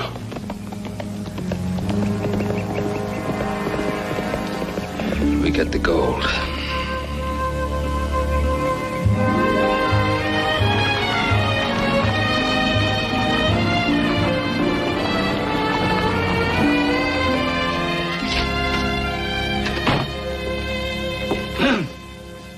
I imagine you know why I've sent for you, Perkins. I haven't the foggiest idea, sir. I think you do. I've never seen such a mess. Work that'll have to be done over again. I'll get right on it, Mr. Aldrich. Don't bother. Your account was $80 short. Replace that $80 this afternoon or get out. I was going to replace it, sir. And this afternoon, too. I had some expenses, medical expenses, big ones. In Anderson's saloon? That's all, Perkins. Yes, sir. Oh, by the way, sir. Old man Cartwright and his son are out here to see you. And stalwart Sheriff Coffey. What? Well, send them in. Mr. Cartwright. Mrs. Cartwright, and Coffey. Thank you. Ben, I'm sorry to keep you waiting. I didn't know you were there. Look, Fred, this is an emergency. I need $25,000 in gold. Not paper, not silver, gold. And I need it right now. Gold. Well, Ben. All right, Perkins. That's all. Look, Fred, don't hang us up. This is a matter of life and death.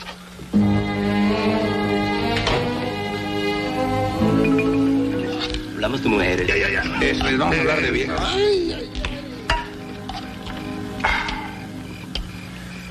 Sí, bueno.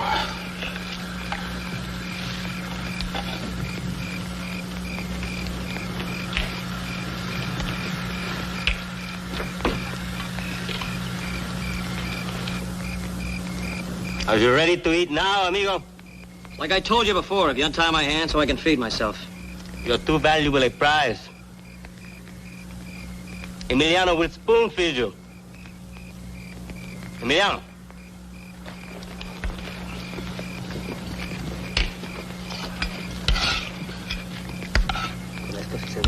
Dame una tortilla. Cada cuchara. Dile que no asuste con nuestra comida rica.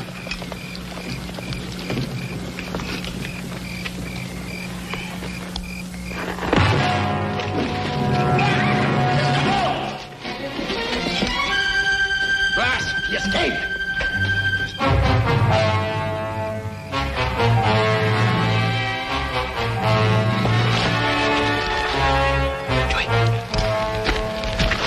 This is gone. I'll flank him to the left. Miguel. You go to the right. I will keep talking. You watch the horses.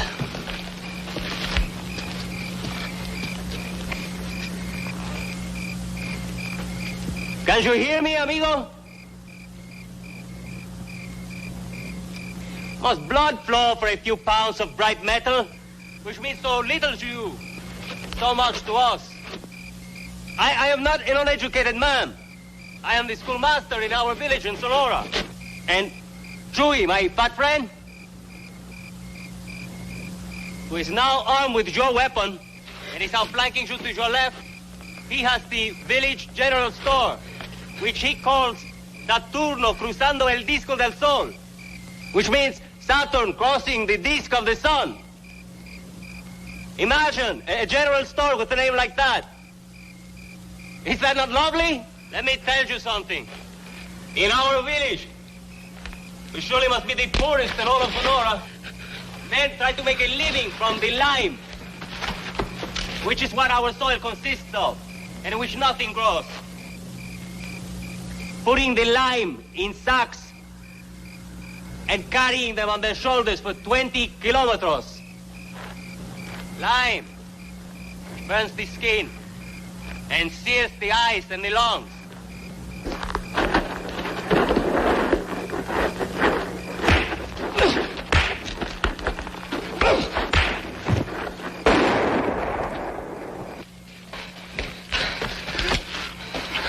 Is he yours now, Chewy? See, we have him. Bring him back.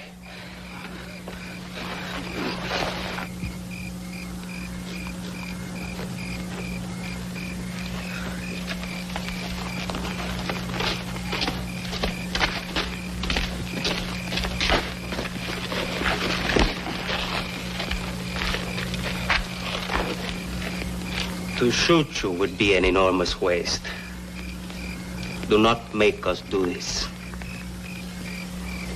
We will watch him better this time.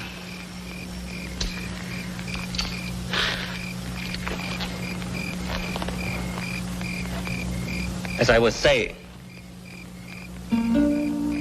about our village which has nothing, Somehow they found a few centavos here, a few pesos there, to send us forth to the mountains of gold. Perhaps we will find nothing. But the chance is there. Hope. And what is life without hope? It's true ecstasy. There has never been hope in my life. Not in my lifetime. Do you see it? When we set out to come north, with all their hopes on our shoulders,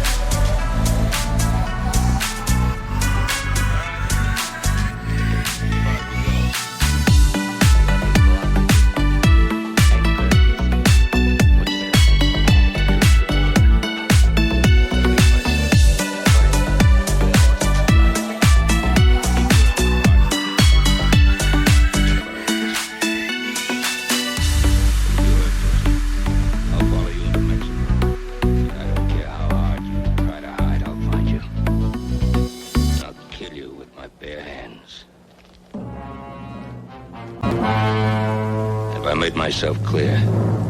Vividly, senor.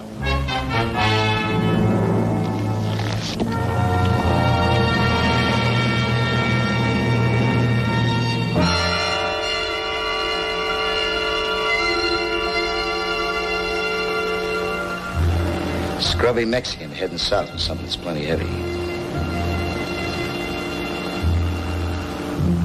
Well, shall we follow all that, gentlemen? No rush. Far piece to the border with one sorry mule carrying a 2-mule load. We got plenty of time to get back to Virginia City and line up some of my friends. You gotta see it, no harm comes to him. Ben Cartwright's boy.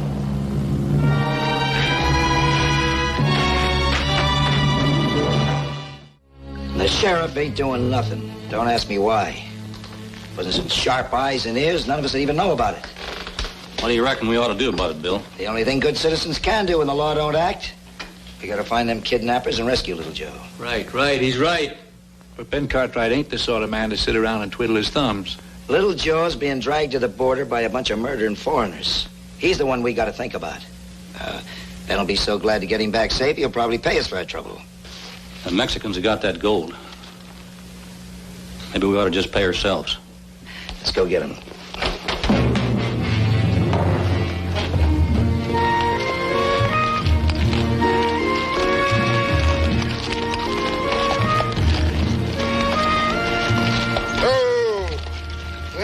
border. Perhaps we should wait here for Blas to catch up. No. We go on.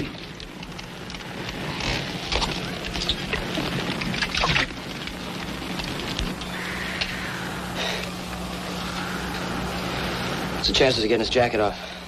You is the impossible, amigo. You have once before tried to escape with your hands tied. What would happen if I would release them? I gotta get this jacket off. I'll be dead of heat stroke by noon. Permit me to doubt that. You don't deliver me alive and well to my father, I guarantee you there's gonna be a posse as big as an army on your trail. Besides, you got my gun. See, I have your gun. Bueno.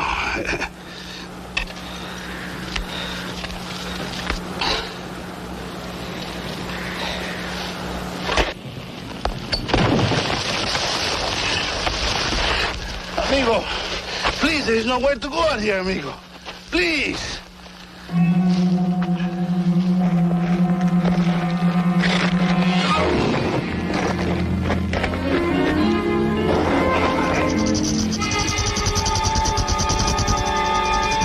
Eres too hot for a super fight, compadre.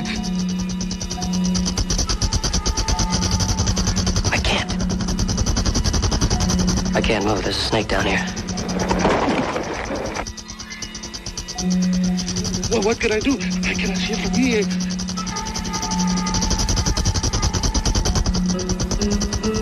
Hand me your gun. The gun? No, I cannot give you the gun. Either give me that gun or shoot me. I don't want to die out here swelling with that poison.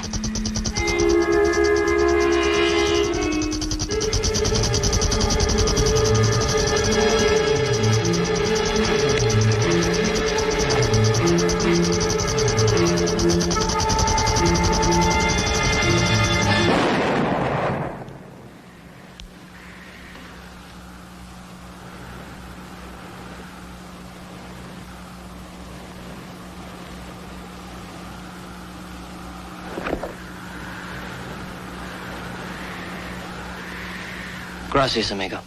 See.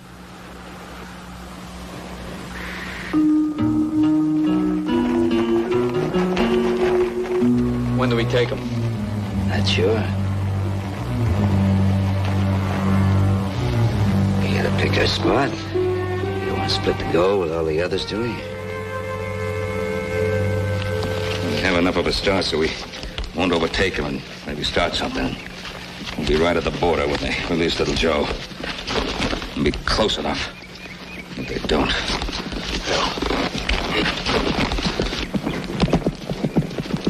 Howdy, Ben. Hoss. Glad you're both here.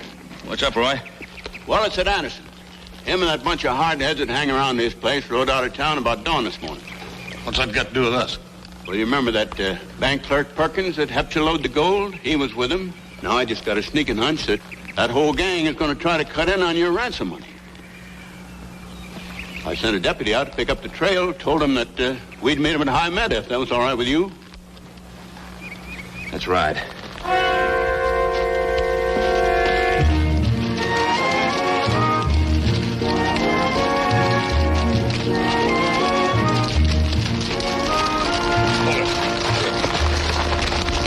Here's a mule track, Paul. Right here's where Anderson's bunch got on their trail. Looks like it's 2 or 3 hours ago. Maybe 6 or 7 of them. It'll get dark before soon. We better ride. Blas should be here. I hope nothing has gone wrong. Nothing has gone wrong. Blas will be here. With the gold? With the gold. And then, my friend, I'm sure Blas will release you here instead of at the border. If you swear there will be no pursuit. Whatever my pa says, he's a man of his word. It's still a risk. He returned me the weapon after killing the snake. That is good enough for me. I hope one day you will come to our village. After your gold has made it prosperous and beautiful. How clear your consciences must be. That you post no watch.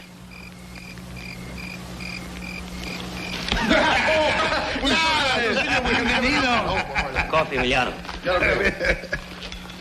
How are you, my friend? You're not bound? I can explain. I'd be interested. Blas, the gold. Have you the gold? ¿Dónde está? Yes, I have the gold. Where is it, Blas? Can we see it? Is it with the horses, Blas? I have hidden it. Hidden it? Why so? Because I was followed all day. Let's mount and ride now, even in darkness. Blas, did you see who they were? Perhaps it was an anxious father and his other son, staying a few miles behind us all the way to the border. And if they are not, why not ride and get away? Because we are in the middle of the desert, and the animals would need more rest before they could cross it. And so would I. Tomorrow morning, we will unearth the gold before we ride out. You can see it then. Tonight, we'll post a watch. Move! You're surrounded. We can see you, but you can't see nothing. Well, now. Right? Put your guns away. There's not going to be any shooting. They don't want to hurt anybody. That's so. Wonder why. Don't seem likely. Dirty greasers being polite. You gonna tell us where the gold's at? Gonna make us go to a lot of trouble. Afraid of that. Yes, sirree. I was afraid of that.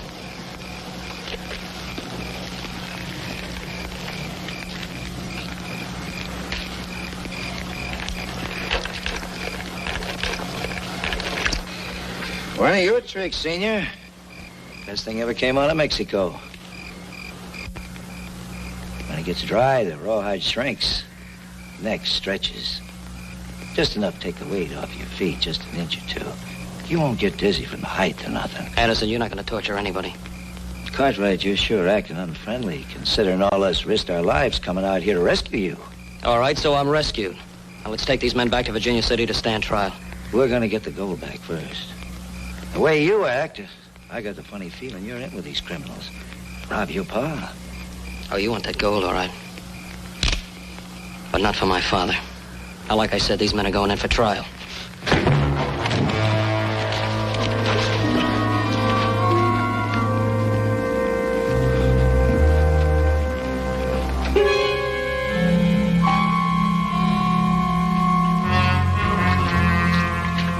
Bone dry and burning up. You could probably use a drink, huh? All this water to keep that rawhide from shrinking.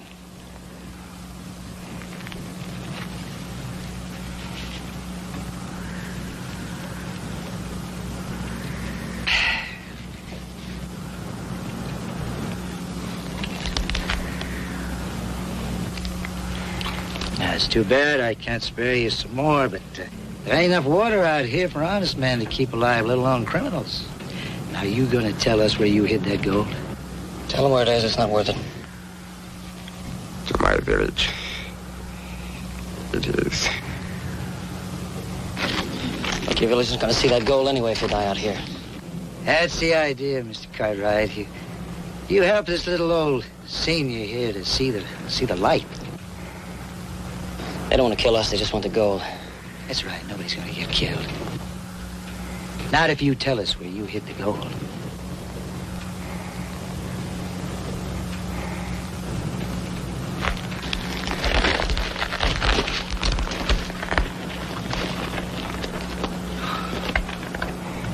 I will show you. Cut him down, Perkins. He's ready at last.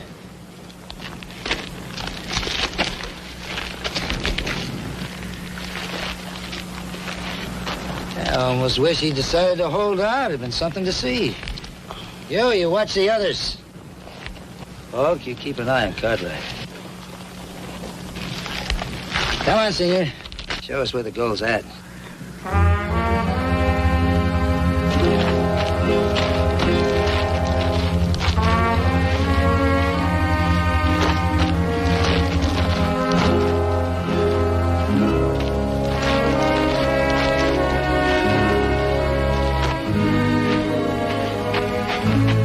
You hit it, you fetch it out.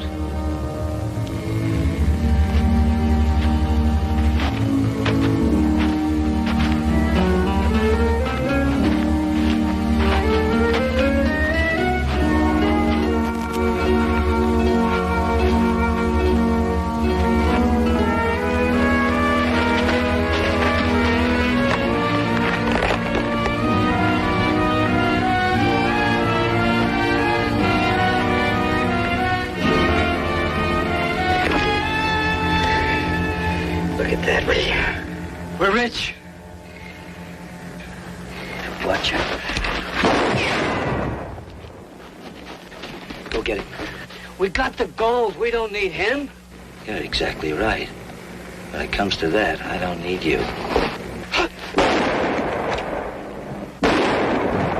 Hold it! 3 shots. That kidnapper don't have a gun. Maybe he tried to run. Yeah, maybe somebody tried to run. I wouldn't be surprised if they were running over the hill with all that gold right now. Oh, they'd never do that. Yes, they would. Charlie!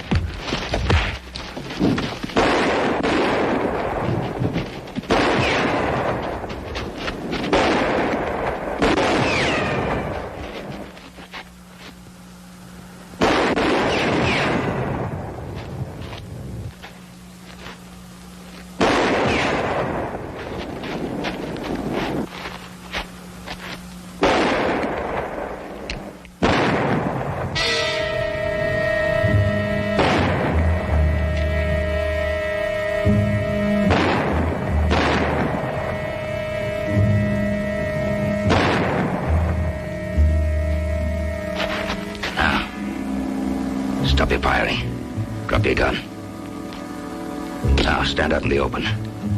Keep your hands straight up, and I won't blow your head off. All right, you men, that's the sheriff talking to you. Now drop your guns and come on out here in the open if you know it's good for you.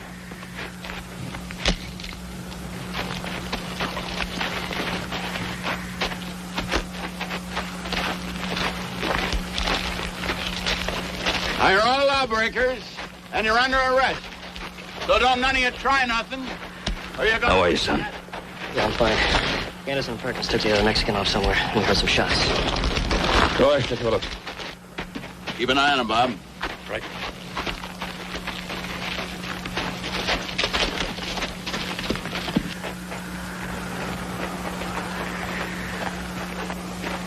All right.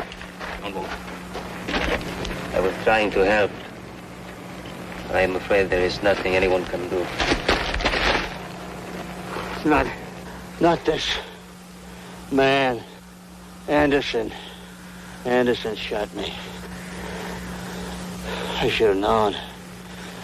He'd want all the gold himself.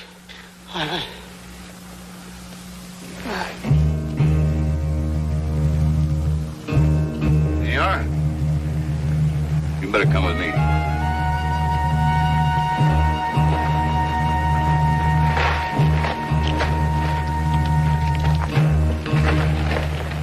How did the Mexican tell you why he wanted that gold? Does it matter? Yeah, I think it does.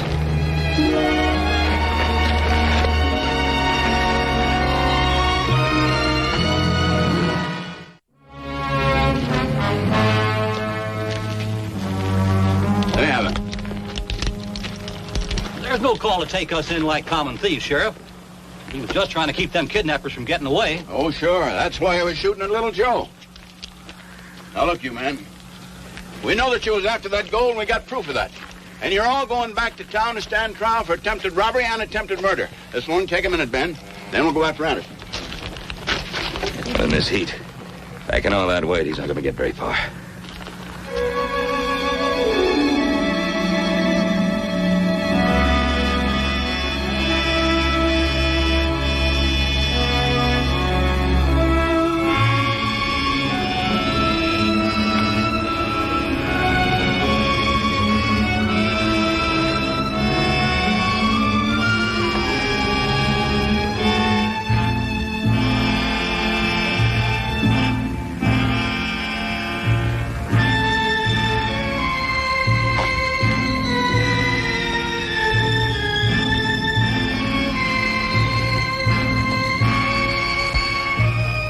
Tucker ain't yours.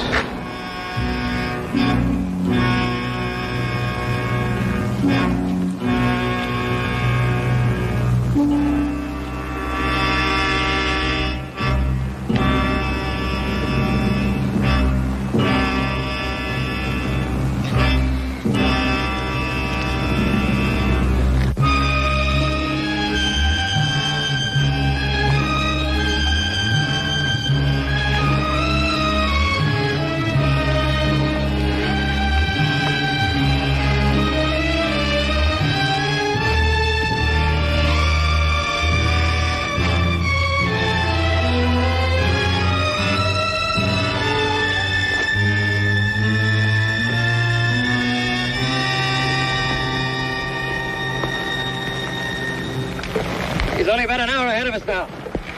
Oh, we're gaining. The desert is not a merciful place. It does not forgive a man his mistakes. In some ways, it is like your courts. You heard, senor, that yesterday one of my men saved your son's life? Yes, I heard.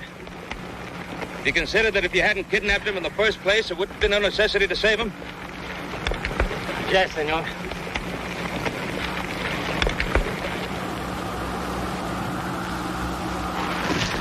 It's gonna be all right. We'll pick him up on the way back. Now his water's gone. Now his horse is carrying the whole weight. It's twice as much as any of our horses are carrying.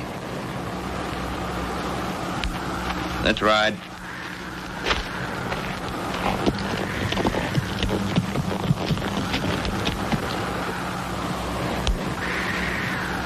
Is there any water in there? It's 50 feet down. Well, this is at last chance at water for at least 20 miles.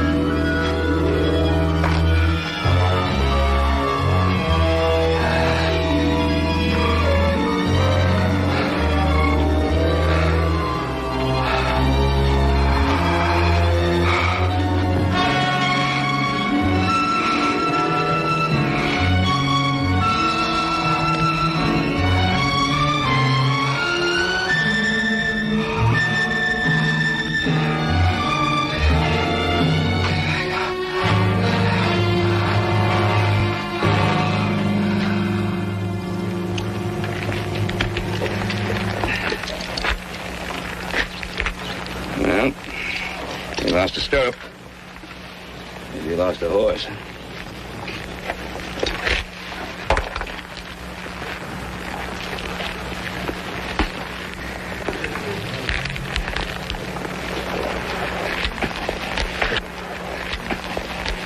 Bergie must be trying to lighten his load, huh?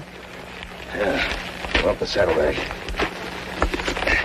Every pound he's still carrying must be doubling in weight with every step he takes.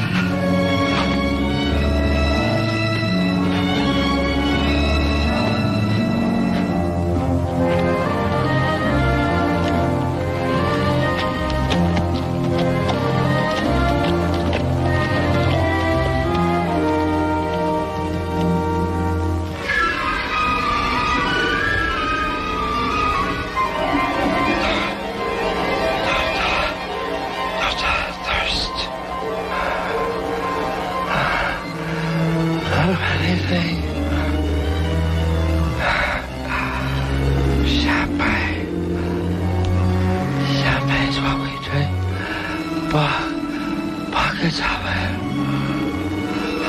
It's nice.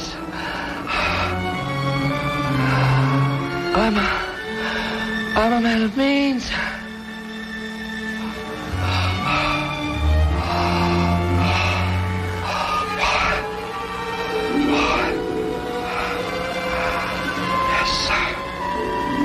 Yes, sir.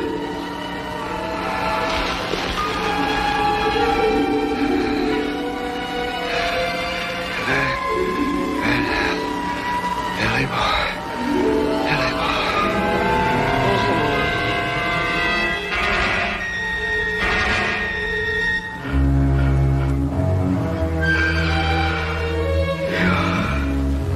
You got gold. You got anything.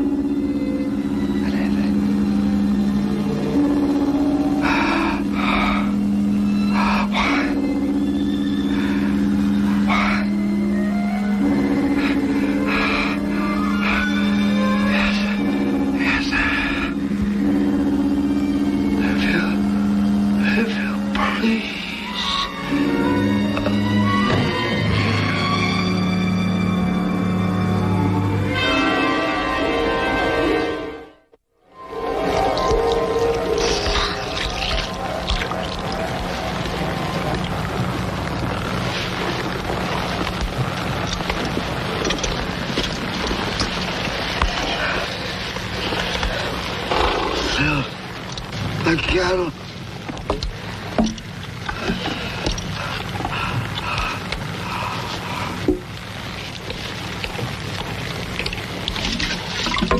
Good fish.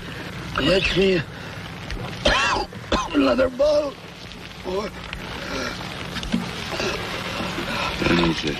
He's in pretty bad shape, but I reckon we can get him back to town and stand trial. There's only one of those gold bars in here. Still one missing. Spread out, we might have a chance to find it. Might be around here somewhere. I don't know, Joe. This desert's a big place. Probably couldn't find it even if we had an army. What do you think, Blas? As you say, it's a very big place. It is permitted to ask, what happens to us now, senor? Myself and my friends. Sheriff? What's the law's attitude going to be toward these men? Well, then, kidnapping is a pretty serious offense. They could be sent to prison for quite a stretch, depending on the judge. Joseph? What do you think? So let's talk about kidnapping. Who got kidnapped? What do you mean, who got kidnapped? You were kidnapped. That's why we...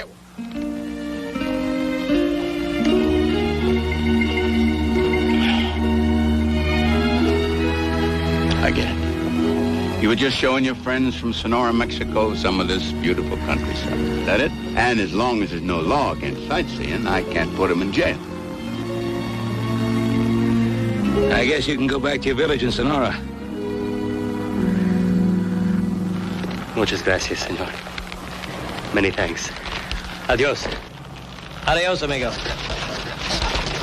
Adios.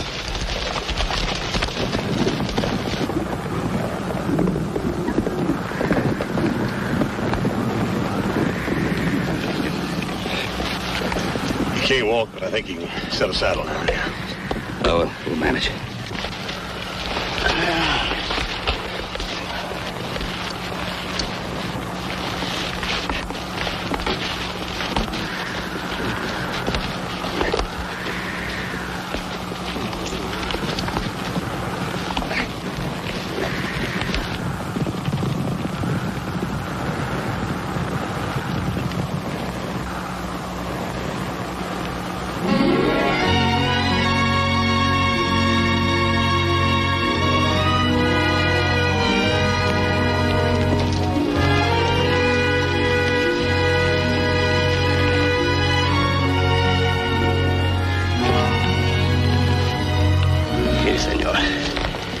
Belongs to you.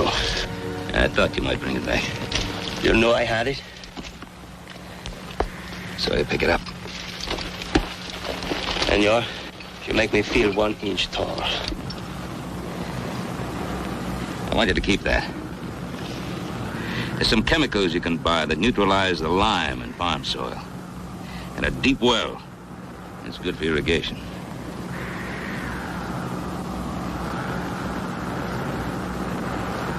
You're offering charity. Accepting charity is a whole lot less criminal than kidnapping. There are a couple of values that you still have to learn about, schoolmaster. Anyway, I don't consider this charity. I consider it an investment. One of these days, I'm going to ride down to your town. I'm going to look for some fields of good corn. And if they're the property of the town at large, then I'll know that my money's been well invested. If not, I'll take it out of your hide. Clear? Vividly, senor.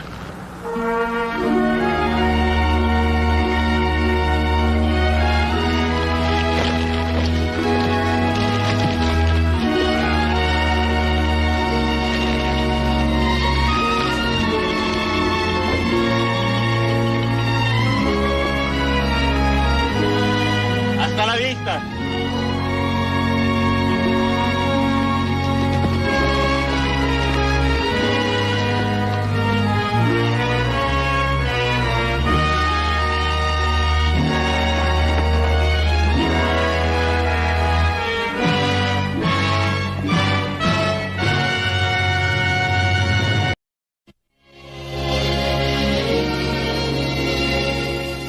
Come on, it's as plain as the nose on your face. The shotgun shoots high and to the right.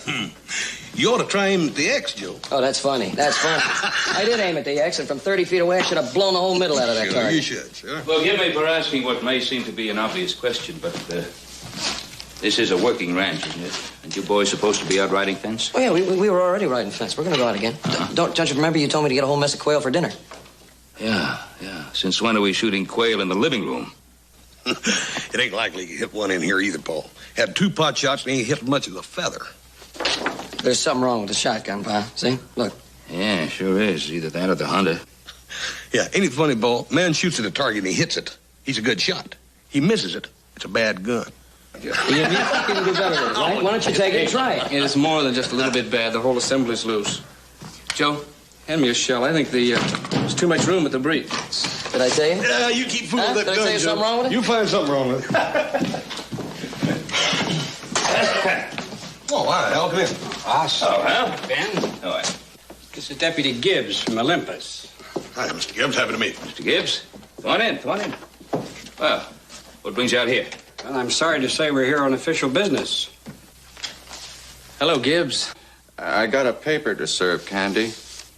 A warrant for your arrest. Yeah? For what? First-degree murder. Wrong man, Gibbs. I didn't kill anybody. Let me see that one. Who am I supposed to have killed? Jedediah Wheelock. And I gotta take you back. Oh, no, you're not taking me anyplace. Candy, you're just making it worse. Don't try it. This gun's not worth much at 30 yards, but at 20 feet, it'll blow a hole in you the size of your hat. Put down the gun. No disrespect, but I don't intend to be dragged back and tried for something I didn't do, not in that town. Did you know this fellow? What's his name? Jed Wheelock, yeah, I knew him. You say you're innocent, fine, I believe you. We all believe you. We'll back you all the way, but you've got to face this thing. We'll get your lawyer the best. Joe will ride with you to Olympus, if that's all right with the deputy. I'm glad to have the company. Paul, why don't we all go? Joe can handle this. You send us a telegram if you need any help. Right. You ready? No. But I'll go.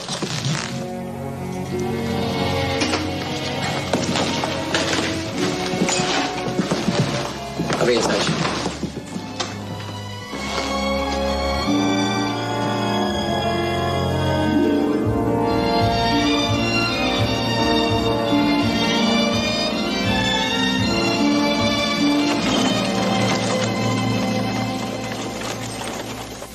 How long will it take Gibbs to get back, Sheriff? 2 days, Mr. Wheelock. 2.5 at the most. He sent the telegram day before yesterday. He should be in this afternoon. Yes, thank you, Dawes. I'd already reached that conclusion. No doubt about this Candy being the right man. Appears to be. Well, he's the one man with motive and opportunity, Mr. Wheelock. He's being brought in, that's what counts. But I want to make sure he's guilty. If he was picked up on the Ponderosa, that means he's one of Ben Cartwright's hands. Cartwright has a reputation for sticking by his men. Well, guilty's guilty, Mr. Wheelock. The law doesn't pay favorites. It better not, Mr. Prosecutor. My son was shot to death, but no one is ever going to be able to say that A.Z. Wheelock railroaded an innocent man. You don't have to worry about that, Mr. Wheelock. Gibbs is bringing in the right man. And he's going to hang. I'll guarantee you that.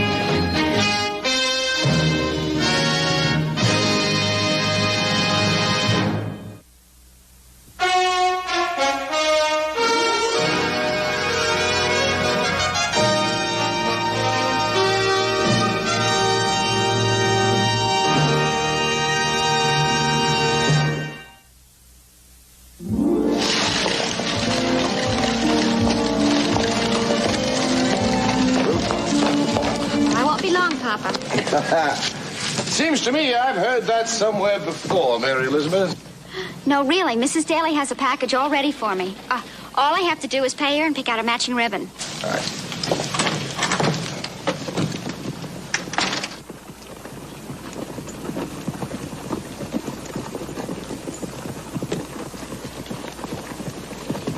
Hold up, fellers. All right to snap some handcuffs on you, Candy? Just so the sheriff will see him when we get to jail? Sure.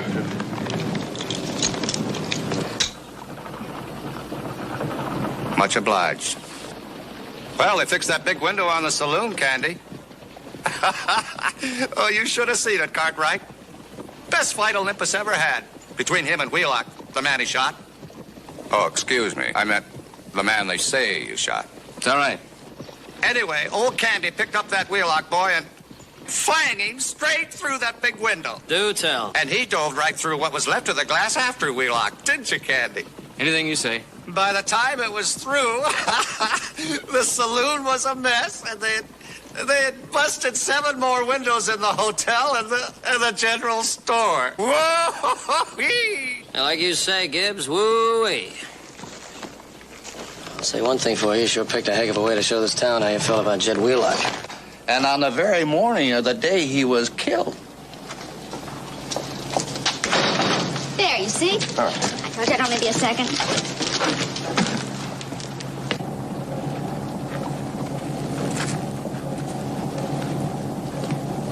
Isn't that candy? So watch the step, my dear.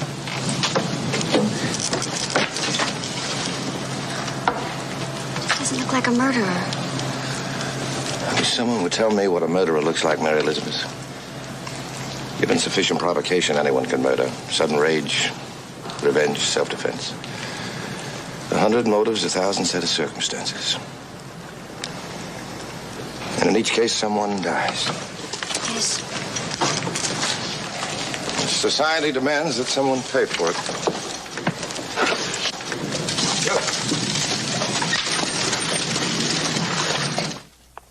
You know this cowboy Candy? Heard about him is all, Lazy. Hothead, isn't he? He's supposed to be. Yeah. Darn near smashed up the whole street fighting with Jed, didn't he? Mm-hmm. Fuller, the sheriff is strictly a yes, sir, no, sir man. Oh, you point him in the right direction, put him up against a man with a gun, you couldn't ask for a better man. But he's useless in an investigation. Yes, I know. Hub Dawes isn't much better. The only reason he's prosecutor is because you didn't want the job. I don't think he'd know a piece of evidence if it stood up and bit him. I think you're being awful hard on him, Maisie. I want to make sure that the right man goes on trial for Jed's murder. Do you understand? Yeah? I'm not afraid of Ben Cartwright or anybody else. Nobody's going to say that we strung up an innocent man just to get revenge for my boy. Well, I've looked at the evidence. Looks pretty strong to me. I don't want it pretty strong. I want it airtight. I know, Easy. I'll take care of it. Fuller. Yeah. I don't want people to say that the deck's stacked. Now, that cowboy's got to be defended and defended right. I know, Easy. I'll take his case. You do what? Well, who else is there? Unless he sends to Virginia City, and I doubt if he has the money for that. And even if he has, the delay could hurt him bad. But you're my lawyer. Everybody knows that. And you think people would figure you had me take the case so that cowboy couldn't possibly get off? What else? There are a lot of people around this town that are so jealous of me they'd believe anything as long as it was the worst. It's the price you pay for success, Hazy. Name me one man who would believe that you were honestly trying to get that cowboy acquitted. 2 men. Me and you. I'd believe it because I'd know it was the truth, and before I was finished, everybody else in town would believe it too. And you, Hazy, you'd believe it because you know I don't work any other way. If I take his case, I'll fight for him. All right. You got my blessings. Defend him. If he'll have me. After all, it is his choice. Hey. Just so there's no mistake, I hope it's open and shut, like Dawes says. I hope that cowboy hangs.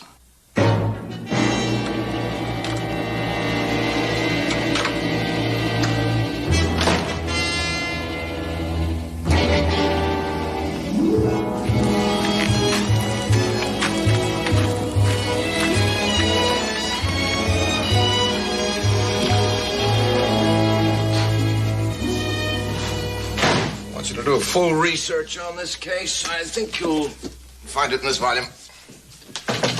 Come in. Thank you. Mr. Fuller? That's right, Mr. Cartwright. Joe Cartwright, I rode in this morning with Deputy Gibbs and Candy. Oh, yes. Pull up a chair, Cartwright. Sit down. Thank you. The sheriff tells me you offered to defend Candy. That's right. You know the case pretty well? As well as anyone, I guess. You mind a personal question? No, go right ahead. Did you offer to defend him because you think he's innocent? That's quite a coincidence, Mr. Cartwright. My daughter asked me that same question not a half hour ago. And what did you tell her? Same thing I'll tell you. The law says he has a right to a speedy trial by a jury of his peers, the right to face his accusers in open court, and the right to counsel.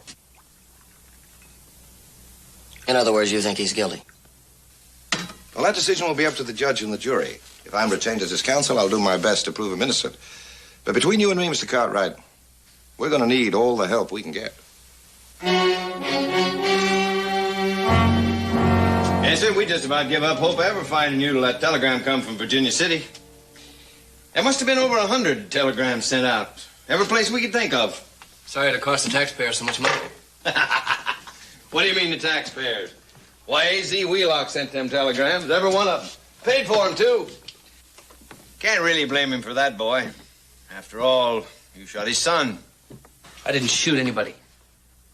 All right. Leastways, you made it look like you shot his son. Running off like you did. Didn't run off, either. I left so I wouldn't kill him. Howdy, Mr. Fuller. Thank you. Hold it, young man. Give me your gun. Candy, this is Mr. Fuller. Yeah, I know.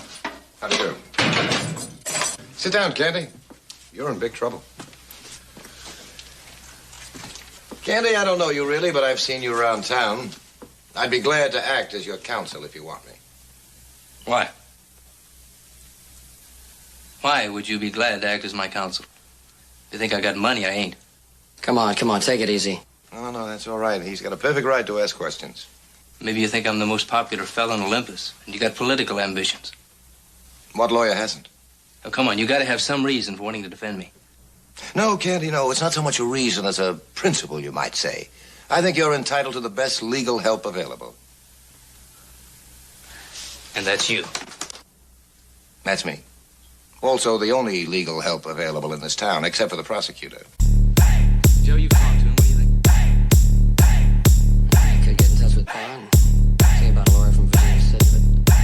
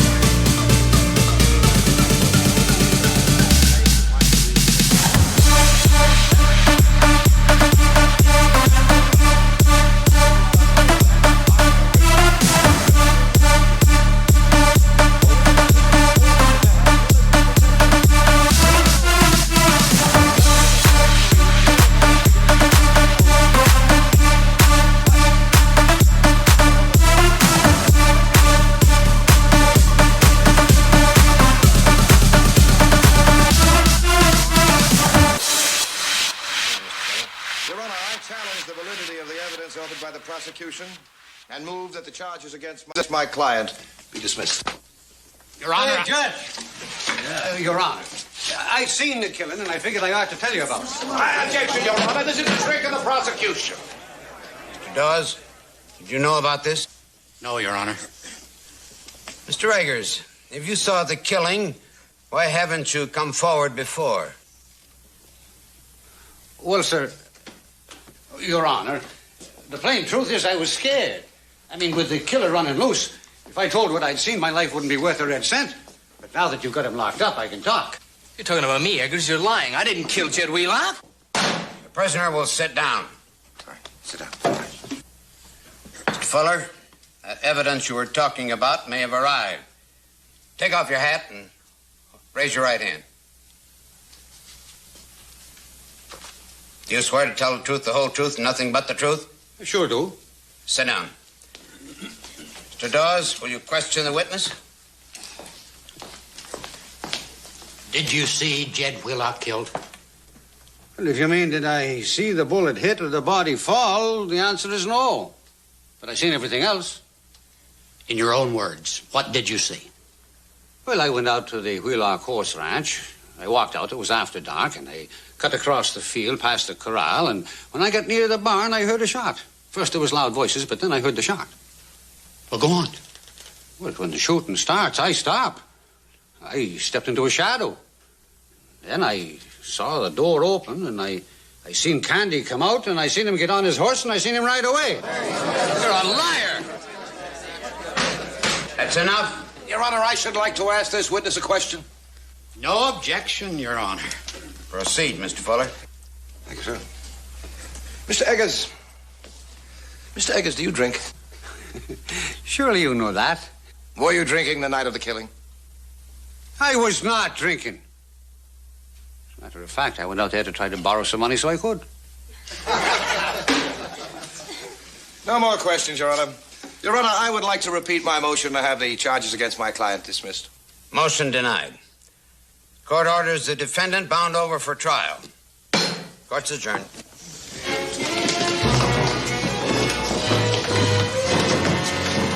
Come on, you. Come on.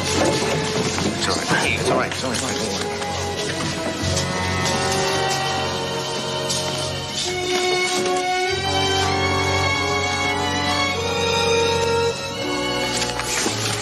Said he was going to find till Eggers came in. The unexpected eyewitness, Mr. Cartwright, is something hard to beat. Oh, you mean eyewitness? He was lying. Well, this was just a hearing. At the trial, I'll destroy him and his story. I think I better get in touch with my father. Whatever you think best. The telegraph office is just down the street.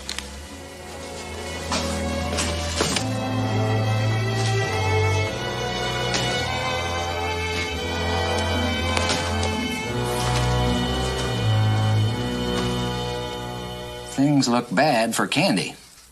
Need you and Hoss and our lawyer. Signed, Joseph. Can you send that right away? Yeah, it's 60 cents for every 10 words. That'd be $1.20. There you are. Thank you.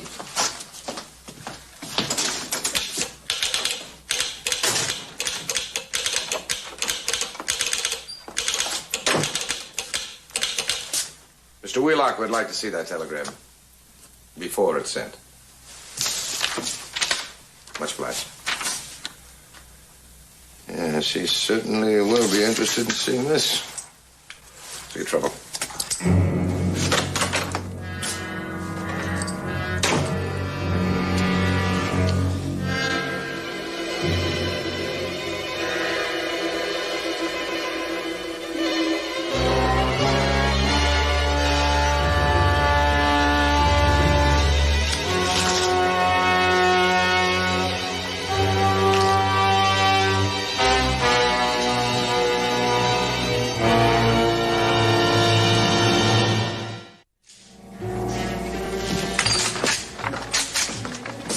Talk to the prisoner. Cartwright? How you doing? Joe, why wasn't A.Z. Wheelock in that courtroom today? He won't rest until his son's murderer is convicted and hanged, and he wasn't even at the trial. Why not? That's a good question. Why not? Because he knew Eggers was going to walk through that door. Yeah, it could be. Because everybody else was pretty surprised. Fuller and that prosecutor looked like they got hit by lightning. Listen, how well did you know this Eggers? Oh, he's a saloon swamper. Does odd jobs. Drunk. Did he have anything against you? We didn't even know each other. Yeah, well, that leaves two possibilities. One, the old man's just making an honest mistake. The other, he's being paid to lie. He's lying. That's what Fuller thinks. He figures he can take him and his story apart at the trial. He didn't do much to him today. This is just a hearing. Signs if he needs help, he's going to get it. I sent a telegram. Pa, Hoss, and the best lawyer in Virginia City are on their way here. Joe, thanks. You know, I'd feel better if you didn't think we needed the extra help. But, Papa, suppose he is telling the truth. Supposing Jed Wheelock did try and cheat him out of payment for 5 horses. But, my dear, even supposing it's true, that wouldn't ameliorate the offense. Murder is murder. And why would young Wheelock cheat him? He certainly didn't need the money. Because Jed Wheelock was no good, that's why. Because he always had to get at people and try and hurt them. That's the way he got his fun out of life. And he always knew what to use. Thought you'd never hear me talking about Jed Wheelock like that, did you, Papa? Well, aren't you proud of me now that I can finally admit he was no good?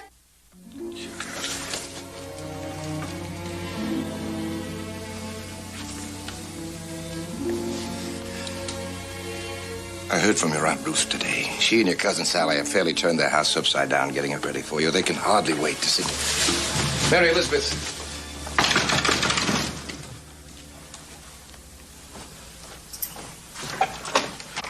Yes? Hi, Mr. Fuller. My name's Cartwright. Hoss Cartwright. Joe's brother? Yes, sir. The sheriff told me I might find him here. No, he's not here. But won't you come in? You're a long way from home, young man. Yes, sir. Did your father come with you? No, he got called down to Carson City. I'm alone. The sheriff tells me that I got to get your permission before I can talk to Candy. Is that a fact? Well, yes, that's just a normal legal precaution. He's appointed me as attorney. Yes, sir, I know. You ain't got nothing against me talking to him, maybe? No, of course not. I'll go with you. Mary Elizabeth, we have a visitor. I have to go out for a while. This is my daughter, Mr. Hoss Cartwright. Happy to meet you, ma'am. My daughter's heading east very shortly. Yeah, she'll be going to school in the east. Staying with my sister up in Maine until she makes up her mind which school to grace. Good night, my dear. Good night. Mr. Cartwright? After you.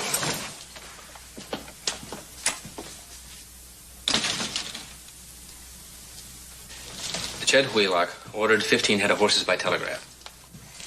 I drove him through town. I drove him out to his ranch. He accepted delivery. We agreed on a price, $50 a head.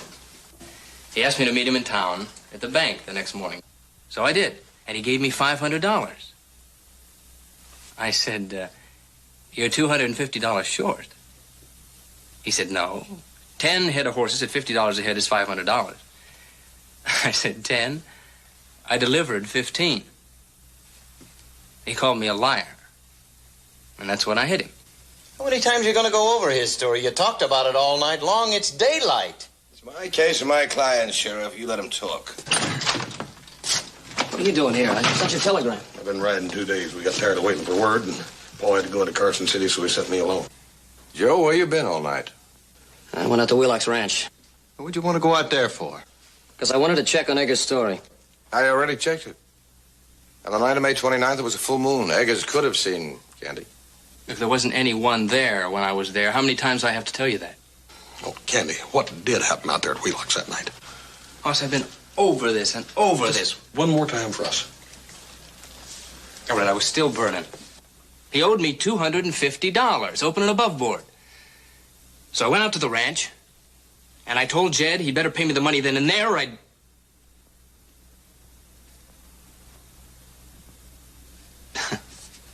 Well, I threatened him. You know, the kind of things you say when you're mad. Well, he just sniggered at me. Told me to go ahead and shoot. No? Well, I've never shot first in a fight yet. I wasn't about to start then. I called him some names, hoping he'd draw. He just stood there, laughing. So I got on my horse and I rode out. Just like that, huh? Well, I know it sounds funny, but I was scared I might kill him. The next morning, I got on my horse and I rode out of town. It was 2-3 weeks later before I even knew he was dead. That's the truth. Oh, we believe you. Do you believe me, Mr. Fuller? You don't have to convince me. You have to convince the jury.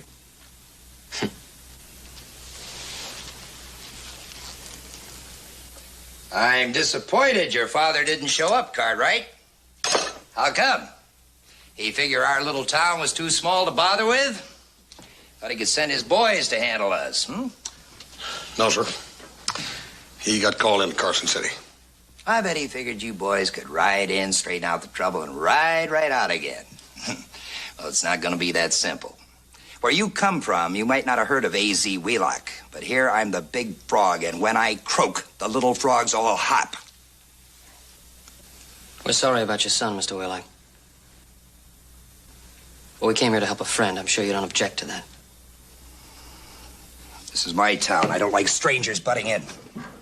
In other words, everybody's supposed to just sit back and watch an innocent man hang, huh? No. That cowboy's going to have the best defense possible. And then he hangs. Yes, if he's guilty. My son's dead. Shot before he could get his gun out of the holster.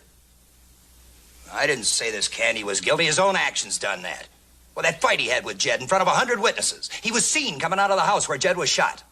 That would be Mr. Eggers. Well, I checked around about Mr. Eggers. People don't think too highly of him. They don't feel he's too reliable. I admit he drinks. Why should he perjure himself? He didn't even know Candy. Mr. Wheelock, your son wasn't the most popular fella around town, was he? He was envied because of me. There wasn't any real harm in him. Well, according to Candy's story, your son cheated him out of $250. My son's not alive to give his side of it. How would your pa feel if it had been you or your brother? Well, I guess he tried to turn the whole town upside down to find the truth. Well, there you are. And that's exactly what we're going to do. To prove Candy innocent. Good night, Mr. Wheelock.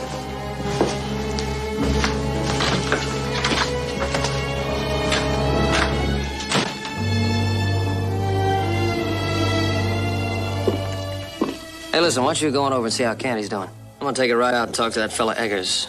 All right.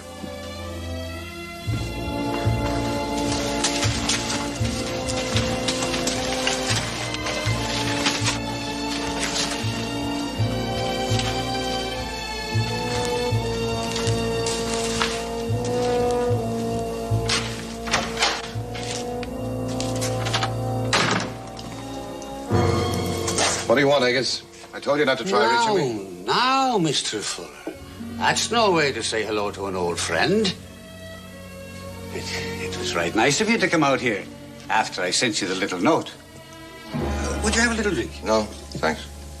You don't mind if I wet things down. It gets a little dusty here. All right, Eggers, I'm here. How much? Eggers, whatever you think of me, I'm no fool. I'm not an unreasonable man. You've run out of money, right? Right. Well, you won't find me hard to deal with. I could have been a little more generous in the first place. Shall we say another 50? Doggone, there for a minute I thought you and me was going to be real partners. You're on the right road, but you didn't go far enough, Mr. Fuller. No. No. I've been thinking. There might be a good market for a man to swear to things that anybody wants him to swear to. Might be a lifetime job, you might say.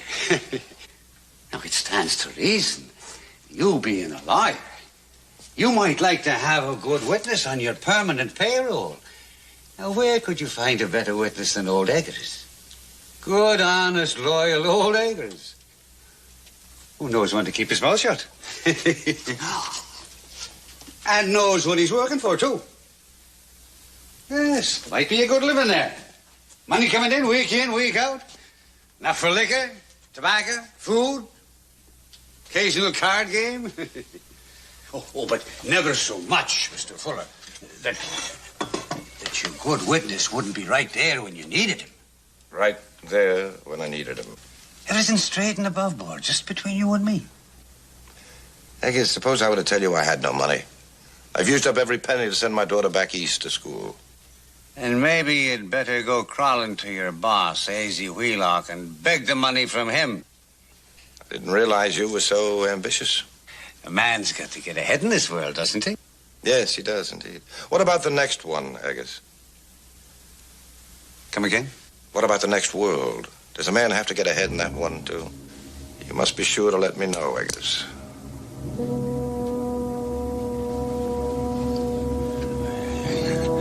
I didn't mean it. I don't want any money. I was just joking. I was just joking, too, Eggers. How could you possibly send me a message from the next world?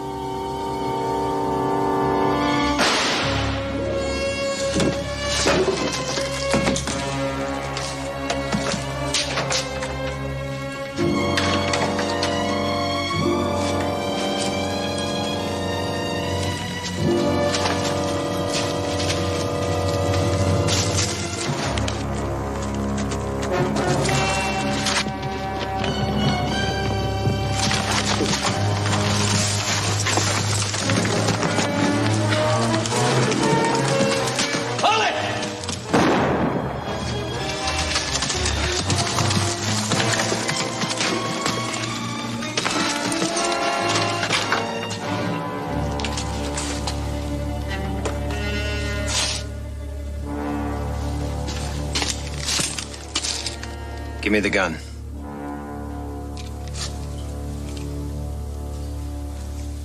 Your brother said you were coming out here. Guess I should have got here a little sooner. You're under arrest, Cartwright. For murder.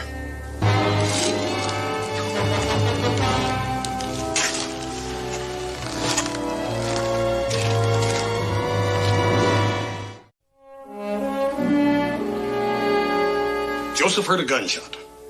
He saw a man run out of Eggers' cabin. He yelled at him to stop, and then he fired. Now, that's 2 shots, right? Only 1 shot out of Joseph's gun.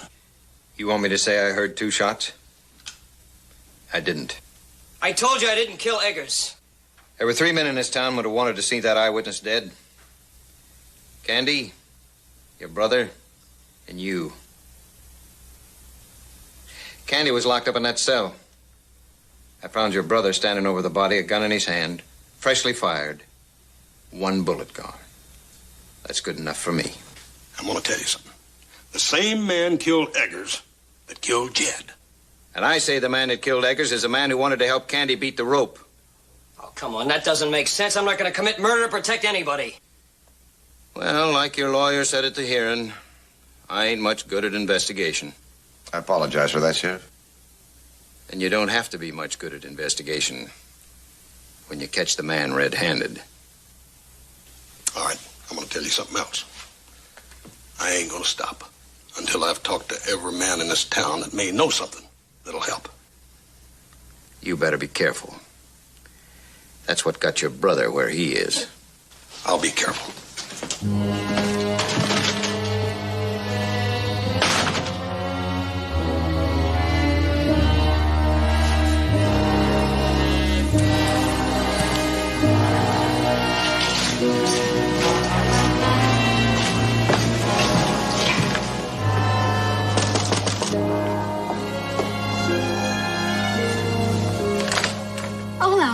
Fuller?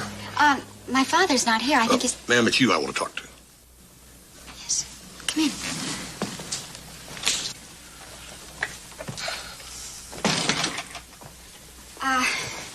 May I offer you some refreshments? No, thank you, ma'am. Why don't you have a seat? Thank you. Miss Fuller, I've been talking to everybody in town, or everybody that would sit still, that is, trying to find something that would help Candy. Did they? No. How well did you know him? Just well enough to say hello to. He was... Well, some of the other cowboys that come into town are rough. But not Candy. He was always polite when we'd meet. I just couldn't believe that he did it. He didn't, Miss Fuller. But who did? Do you know anybody that might have hated Jed? Anybody else he might have cheated? Anyone else he might have cheated? No, I don't know of anyone. Yeah, I reckon you wouldn't. Well, much obliged anyway, Miss Fuller. I wish I could have helped. I want to see the real murderer caught, too. Jed and I were friends. Of course. I hope we hadn't raked over too many memories. I'm much obliged again.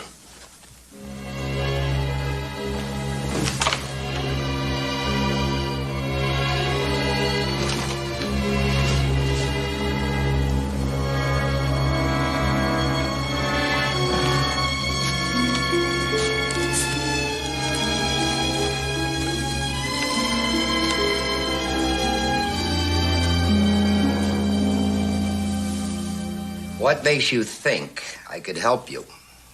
What makes you think I would help you if I could? Because you said that you wanted to see the man who murdered your son hanged.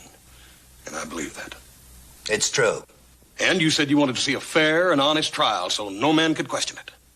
I did, and I do. Then, Mr. Wheelock, help me find the man who murdered Eggers. Your brother was found beside the body with a gun in his hand. Oh, Mr. Wheelock, you know our paw, you know our reputation. You think little Joe would murder a man just to help a friend? Mr. Wheelock, I need your help, and I need it bad. Who hated Eggers enough to want to see him dead? Eggers and your son. Nobody I can think of. I don't know. Jed had his fight, sure, but they weren't serious. One he had with Candy was, and there must have been others. You don't let go, do you? You tried to help Candy, now your brother's facing the same rope. I can't stand in your shoes, but I guess I know how you feel. I lost a son. When that happens, fast and unexpected, turns a man old and empty, awful quick. I had big plans for Jed. Wanted to see him married, settled. Thought for a while he was going to marry the Fuller girl.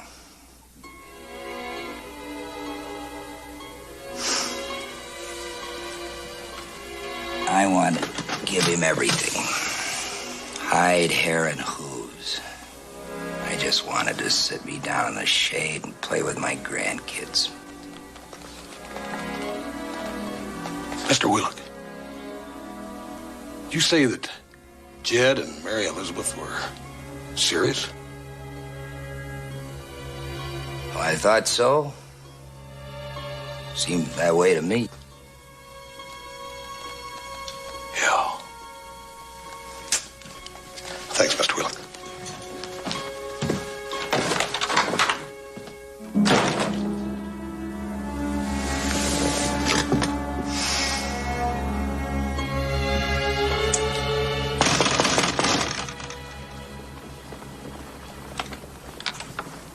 Mr. Cartwright, Father still isn't here. Ma'am, I'd like to talk to you again if I could. Yes, of course.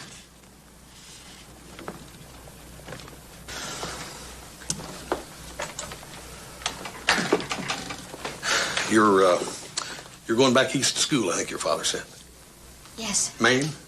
Yes. It's a pretty place, I hear. I guess it's good to get as far away from unpleasant memories as you can. In talking to some of the town folks, they told me that young Wheelock used to squire you around some of the dances and socials and such. Yes. You know how people gossip. Maine. I believe your father said you were going to be staying with an uncle. Aunt. Oh, yes, of course. You must be very fond of her. My father hasn't seen her in 20 years. Then you've never even met her? You must be looking forward to that. Going all the way back east to school and to be with this aunt. But you haven't decided which school you're going to yet, have you? No. You'll make up your mind after you get back to Maine.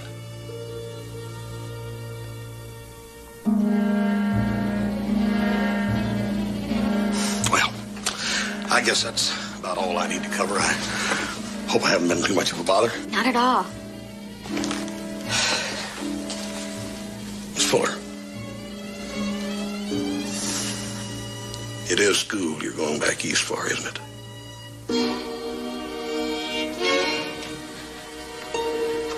What do you mean?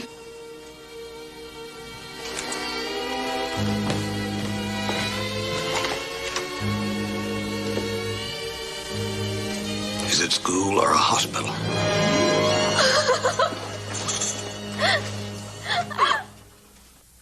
It was Jed Wheelock, wasn't it? Did he know you were carrying his child? I told him. And he said, how did he know that it was his?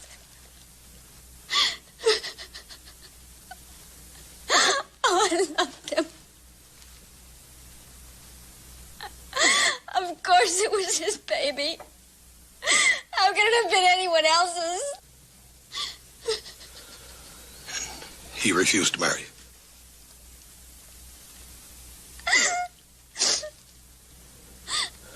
Then you told your father. No, Cartwright. She loved him too much. She wouldn't tell me anything. I knew there was trouble and more than just a lover's quarrel, so I rode out to see Jed to find out what had happened. He took great pleasure in telling me. Then you had better reason for killing him than Candy ever did, didn't you? No. Daddy wouldn't harm anybody. Tell him he didn't, Papa. Mary Elizabeth. Mary Elizabeth, he laughed when he told me you were pregnant. He gloried in his admission. He refused to marry you unless I could prove his parenthood. He said there had been others.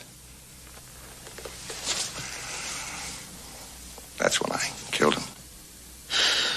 Well, it ain't hard for me to sympathize with you, Mr. Fuller, but on the other hand, there's an innocent man over there in the jail. Let's go talk to the sheriff. I'm sorry, Mr. Cartwright. I'm afraid that's not part of my plan. Plans or no plans, Cartwright, don't reach for your gun. I'd hate to shoot you, but I will if I'm forced. Papa? No, Mary Elizabeth. I know what I have to do.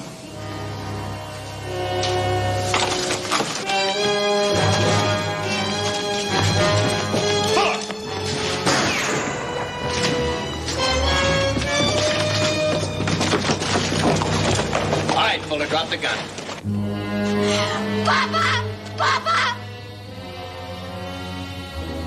Papa, don't! Put the gun up, Mr. Fuller. Do like he says, Mr. Fuller. We don't want to get anybody hurt.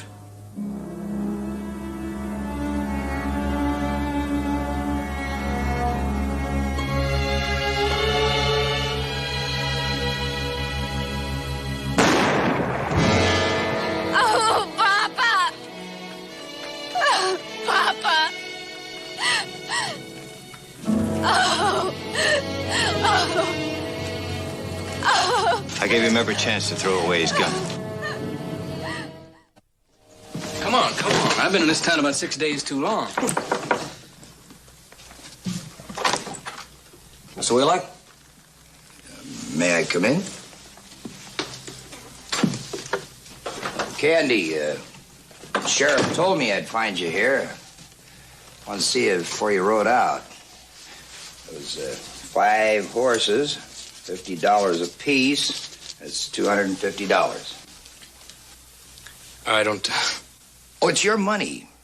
Put it away. All right, thanks. I was wondering, have you seen Mary Elizabeth since the funeral? Yeah, we saw her about an hour ago. We said our goodbyes.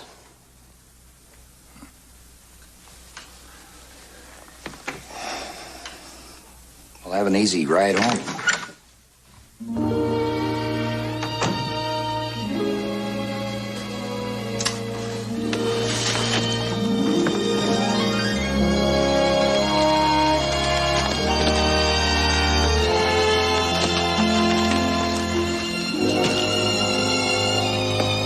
Good luck, ma'am.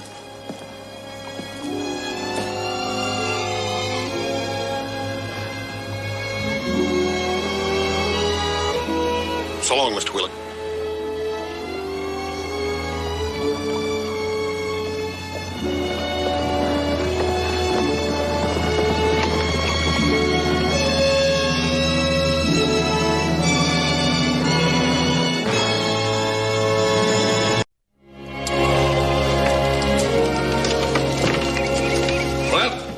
Take care of things, boys. We'll do it. Good, Paul. I'll be back in about 10 days. Unless McCall has to have an answer to that timber from back east. Yeah, well, don't rush. Take it easy. We'll take care of the place. And, fellas, Harriet Guthrie's doing us a real big favor taking over from Hop Sing while he's visiting his cousin, so, be nice to him. Oh, we will. Yes. You just enjoy yourself in San Francisco. Oh, listen, I almost forgot. What about the line shacks? They gotta be ready for the spring roundup. But, Pa, I'm going to ride out there as soon as you manage to leave. Good. You know, Pa, I got an idea, Pa, that when you get back here, the Ponderosa is still going to be here. Oh, what are you waiting for? That stage isn't gonna be waiting for me all day. Have a good trip. Bye. Right, take it easy, Pop.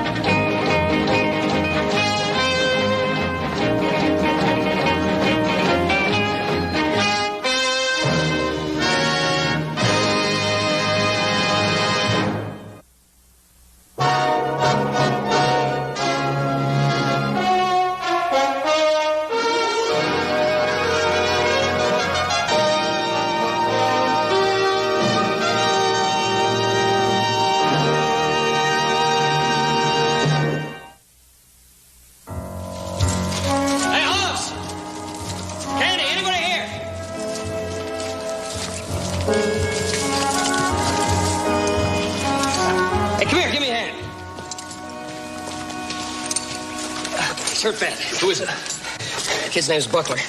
Used to work for us 3-4 years ago. I found him at line shack number 4. Go on in town. Get the sheriff and the doctor. Yeah. Me and a couple others tried to hold up the Wells Fargo office at Red Hill. Got jumped by a couple of guards coming in the back door. Just did get away. We didn't get a red cent. Serves you right.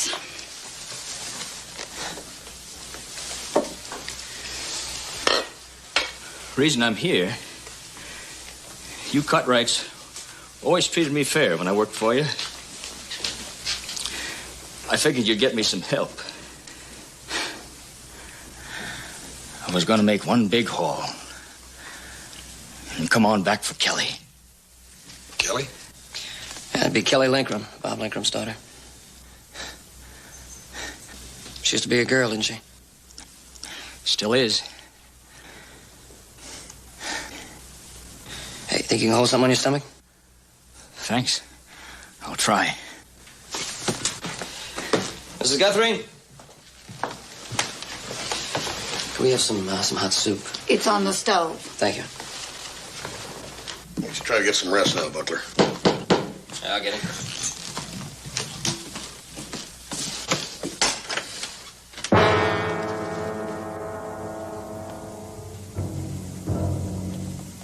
Back up.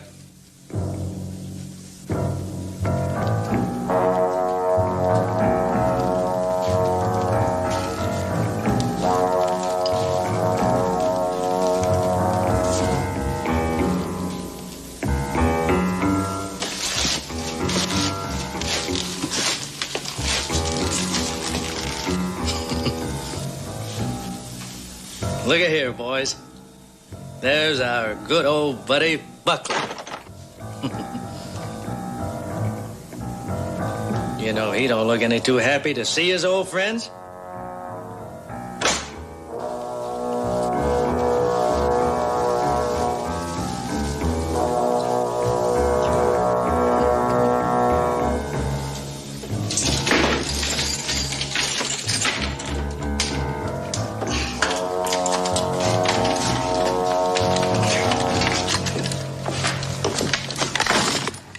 How much you say this one here costs, Carew? Hey, mighty fancy. 100 maybe, huh? 100. Your ignorance is showing, Carew. That's chicken feed. I bet you it's closer to 5. Maybe 600. What do you say here, big fella? About 600? Hey, I was talking to you, big fella.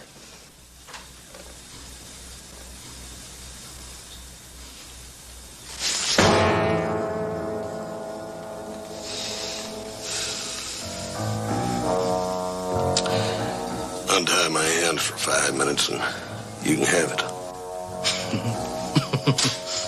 You hear what he said, Carew? He said I can have the rifle. Look, fat mouth, I've already got the rifle. Oh, this big fella, he's mad enough to tear me apart, isn't he? I'd be 7 kinds of fool to untie him right now, wouldn't I? Another one about me. 5 minutes. Oh, we got ourselves a couple of rough ones for sure, don't we? Hey, Rusher. Huh? You go get all the horses, put them in the barn, you feed them. Now, why me? That's Webster's job. Yeah, but I told you to do it. Webster, he's out in the kitchen watching her cook. Now get going. Cook. Now I'm going to say something to you just once, so you both listen good. I'm not playing any games here. But even if I was, we'd be playing according to my rules. And you two be real good, I might let you live. I might not. Remember, we're playing according to my rules.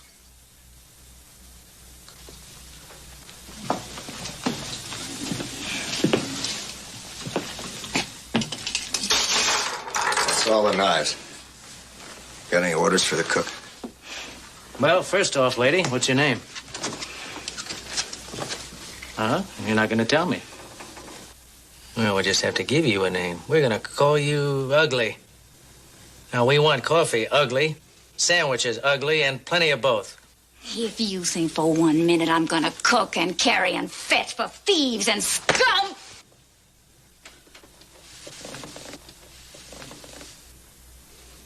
You were saying? I'll do what I have to do. But my name is Harriet Guthrie. Coffee and sandwiches. You're tough. And people can't defend themselves, ain't you? Dibs, or whatever your name is.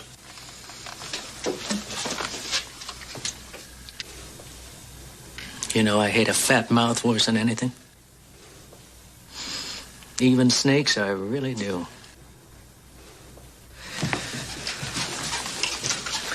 I ought to shoot you right now. Hold it! Shoot him? No, no! Oh, shooting's way too quick. You let me think of something slow.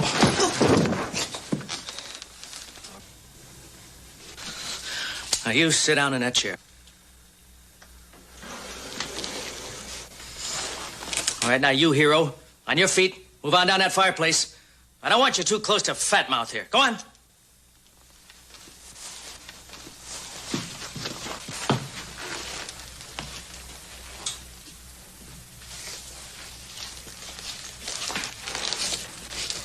All right, hold it. That's far enough. Now sit down. Now, Carew, I seen a window upstairs when we rode in. Get on up there, keep a good lookout. When Russia gets back, I'll have him spell you. Yeah, but what about... You're not gonna argue with me, too, are you? No, but what about them two?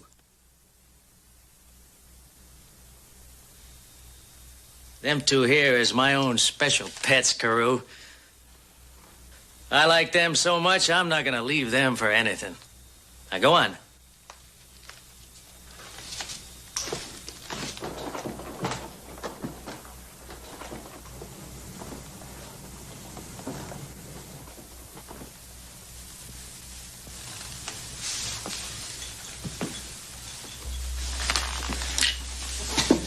All right, Donnie boy.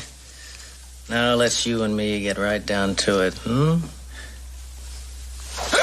Did you leave him alone? Can't you see he's hurt bad? Oh, I know he is. Can't you see how I'm crying?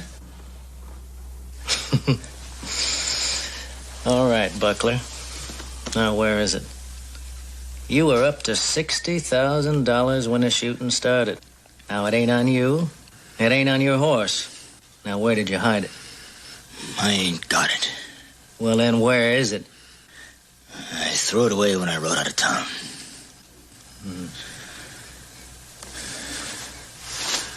Now, if I was to tear this rag off of you, you'd probably scream out real loud, wouldn't you? Just might kill him, too. Then where would you be? Yeah, I already thought of that myself. There's two riders coming. Two riders out front. Hey, Dips? Yeah, I know. They see you. No, I was already on the porch when I heard them. What about the horses? They're all inside. All right, Rusher, get upstairs, cover the front. Be ready if I call you. Webster, get that woman back in the kitchen. Gotcha. Now you'll be your last. Now, you two heroes. Carew here is going to be standing right by the front door.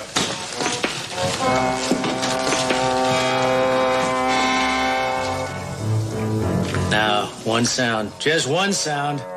You're both going to get it.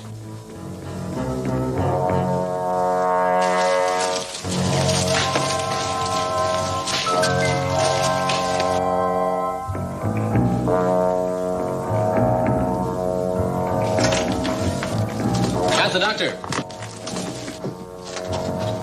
What the? Shut up, Sonny. Doctor's boy? No, Sonny. He's one of mine.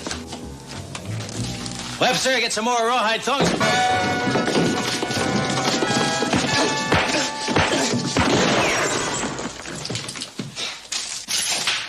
Now, you, go on, sit back down there before I put you down with a bullet.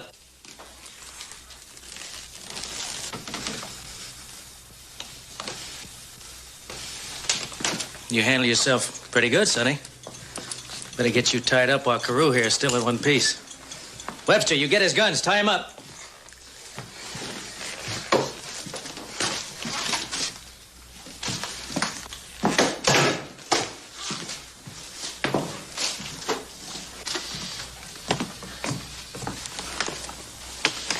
Webster, get on out in the kitchen. Tell that cook to hurry up with the grub.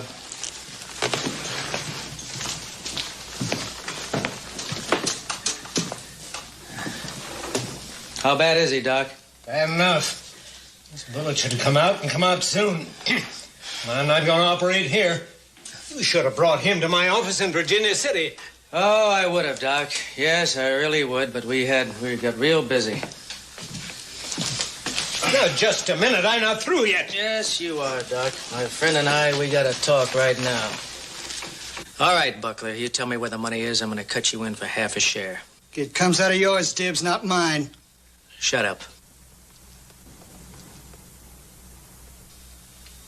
All right, Buckler. Where is it? You know where you can go, Dibs.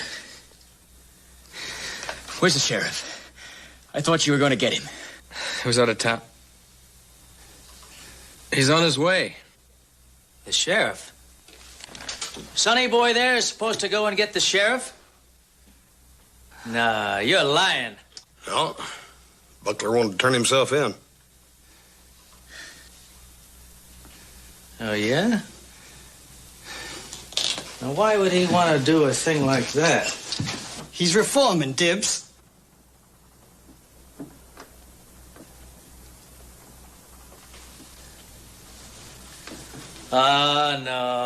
No, not old Buckler. No, we've been on too many jobs together for him to do that. Now, you know how I got it figured? He is hurting real bad. He knows we're after him, so he hides the money. Then he gives these folks here a sad story about how he's seen the error of his ways and all. Now, why would a man do all that? He knows he can't get away from us. He knows that if he gives himself up, if he turns state's evidence, the most time that he's going to get is 3 or 4 years. Now, a man can do that kind of time just standing on one foot. Yeah. And when he gets paroled, yeah. There is that nice $60,000 stashed away, just waiting to be picked up. Now, isn't that right, Buckler, old buddy? Huh? No, it don't make any difference. Not now. Oh, really? You were what the man said. The sheriff's on his way. No! Sonny, that was right the very first time. The sheriff is out of town. Leastways, that's the way that I'm playing it. Hey, Dibs. Somebody else riding up. Get back up to that window. Somebody here want to tell me who this one is?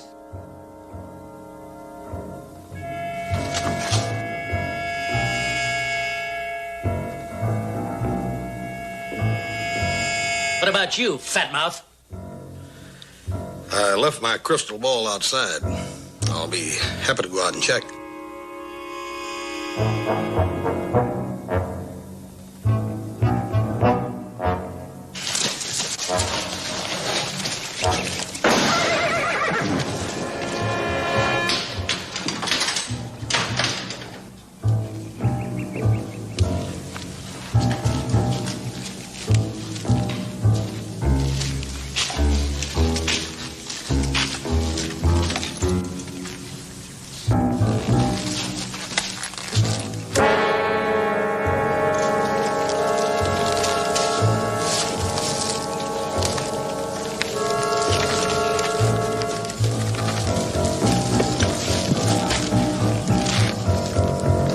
Usher?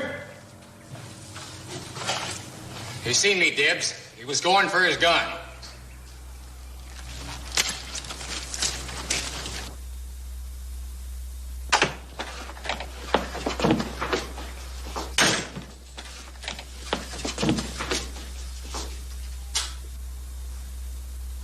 No, we got no use for your services, Doc.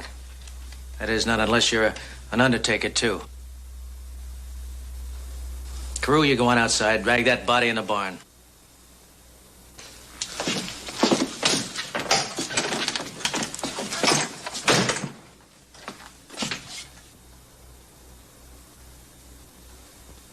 Well, if looks could kill, huh? Which one of you wants to be the first dead hero?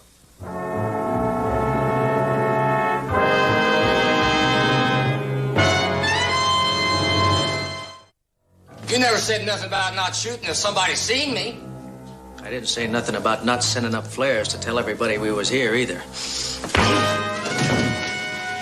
ought to kill him. Shot like that, bring every hand on the Ponderosa right now. No, if anybody been close enough to hear it, they'd have been here by now. That's lucky for you. Because if anybody had a rode in here, I'd have shot you dead. Now get your gun, get upstairs. Come on!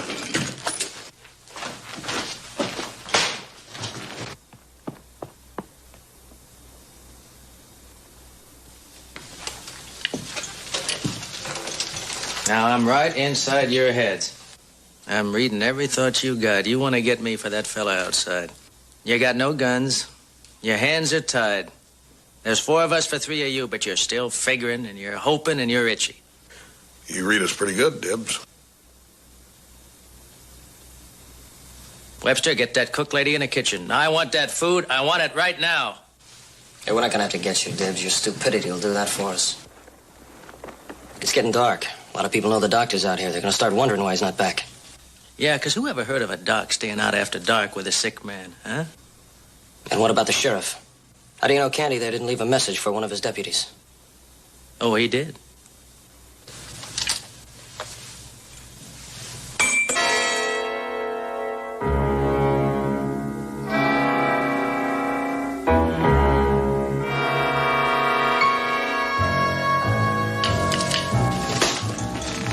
Now, looky here, Donnie boy. You're carrying a bullet in your shoulder. Now, if it don't come out, all we're gonna lose is a couple of hours. But you're gonna lose it all. You're gonna lose everything you got. You're wasting your breath, Dibs. I ain't worth nothing to you dead. You want that money. And I'm gonna get it, too. Maybe we shoot you. Maybe we find it without you. How are you gonna do that? Well, Webster's a scout. He could backtrack your trail. Even if he was, there ain't enough time. There's still a posse out looking for you. Yeah, I ain't forgot that. All the way around and back. Even found some old sacks to throw over them. Now, look, Buckler. Now, what made you think you could get away with it, huh?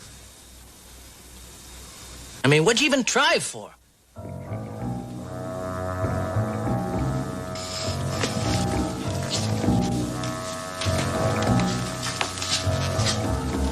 $10,000 or $12,000?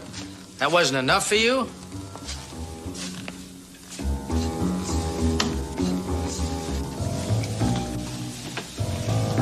Well, it sure took you long enough.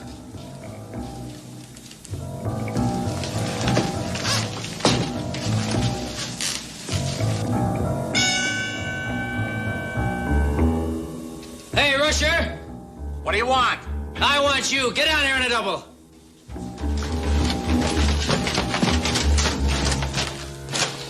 Remember that fight you had last year with Buckler? It was over a woman, wasn't it? He was carrying a picture of a girl, and I laughed and I asked him what saloon she worked in, and he hit me.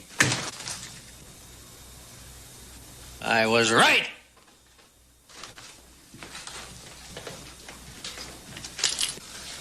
You still carry her picture, don't you, Buckler? None of your business.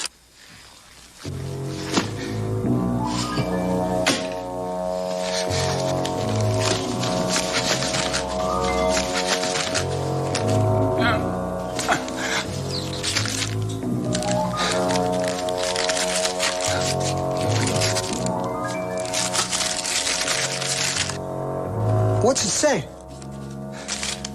It says, Mr. Donald Buckler, care of the Rivers Hotel, Fort Lyons, Wyoming. We ain't been there in over a year. You mean he's still carrying that letter around with him? Well, here's the return address. Miss Kelly Linkram. Ponderosa Ranch, Nevada Territory. Linkram. Sure. That's the name of the girl that Donnie said was waiting for him in Nevada. You know, when he hit it big, he was going to go back for her, remember? Well, he did hit it big, didn't he, huh? $60,000 of our money And she's right here on the Ponderosa Ranch. What'd you do, Buckler? Hide that money in her house? Huh? Hey, Dibs. Let me at him. I'll make him talk. No. The girl will do it.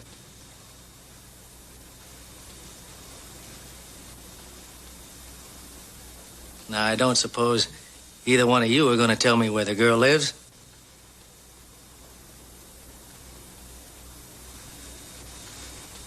Now, Sonny boy there, all he cares about is getting loose so he can try to be a hero.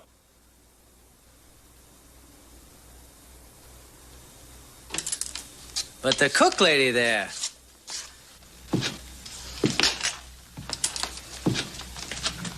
She don't want to be no hero now, do you? Let her alone, Dibs. You bet. Now, you like these Cartwrights and that Sonny fella, don't you? You wouldn't want anything to happen to them now, would you? You wouldn't dare do anything to them. I won't if you give us a hand. Do you know where this Kelly Linkram lives? Huh? Yes, you know where she lives. You're going to bring her here. You're not going to let her out of here alone, are you? Well, she'll go for help. She won't go anywhere she's not supposed to. She's not back here in half an hour with the girl. There's going to be a lot of sudden fatalities around here. Now, if you got your feet set against going, you're going to be number one. I think he means it, Miss Guthrie. Better do what he says. Get my bonnet. Mm-hmm. Webster, you go on with her. Stay outside just in case.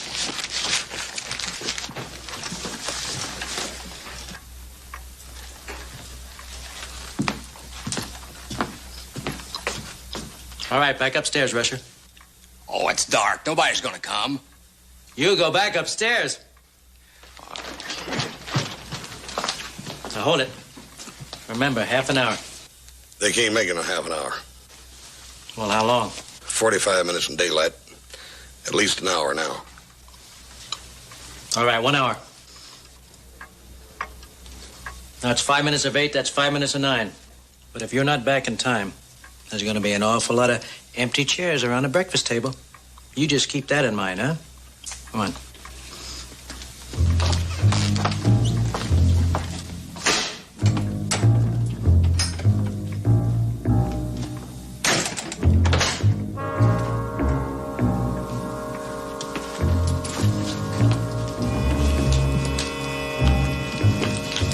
You know something, Donnie boy?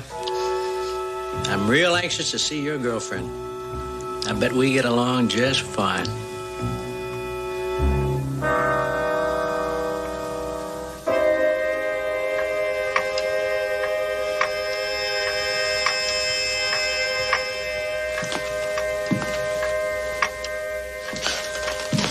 "25 minutes to go."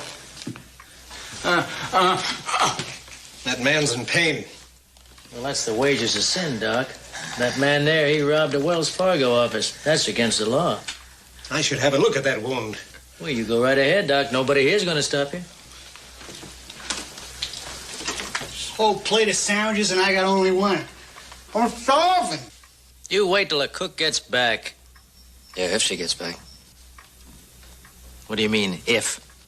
Miss Guthrie knows this country better than you know the inside of your hat. She could give Webster the slip with no trouble at all. Be a bad piece of luck for you if she does.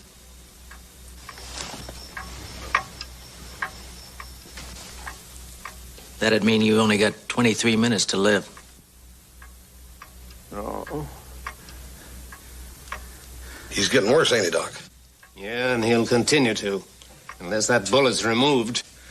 Not that you care. Oh, but I do care, Doc. You see, I can't have him die until I find out where he hid the money. He is gonna die, though, ain't he, Doc, if that bullet don't come out of there?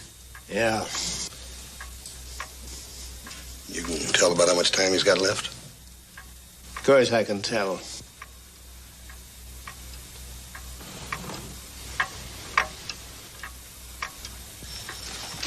"20 minutes. Hey, somebody coming. Sam!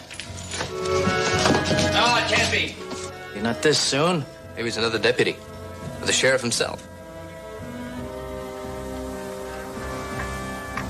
There's a back way out, Dibs. You better take it while you can. Just one rider. All right, on your feet. Come on your feet.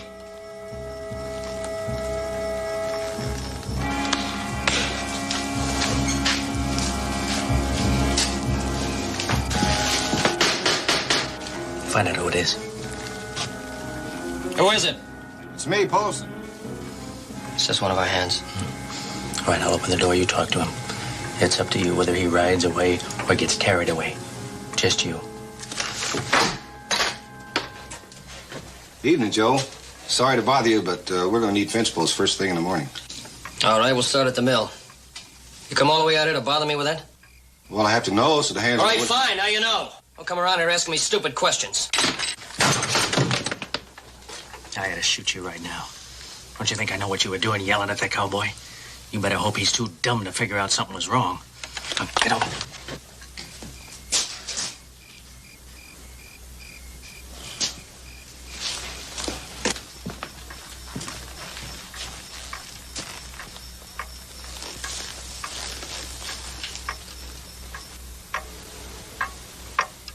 "13 minutes.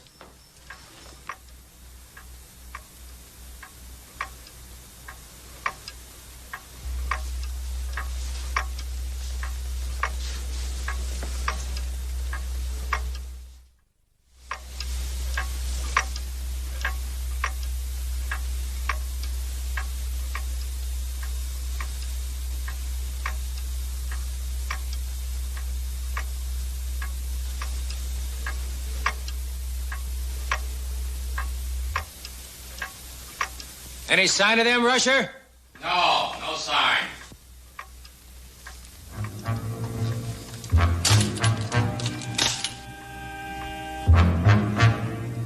Now, wait a minute. Anything could have happened. Maybe no one's home at the girl's house. Maybe they went on a moonlight hayride. What about that, Doc? But to shoot innocent people. Save your breath, Doc. Dibbs is the kind of man who shoots people in the back. Or ties them up and then shoots them.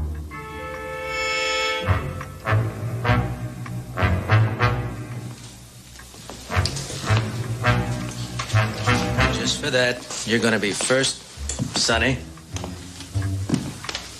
Dibbs, horses. It's there.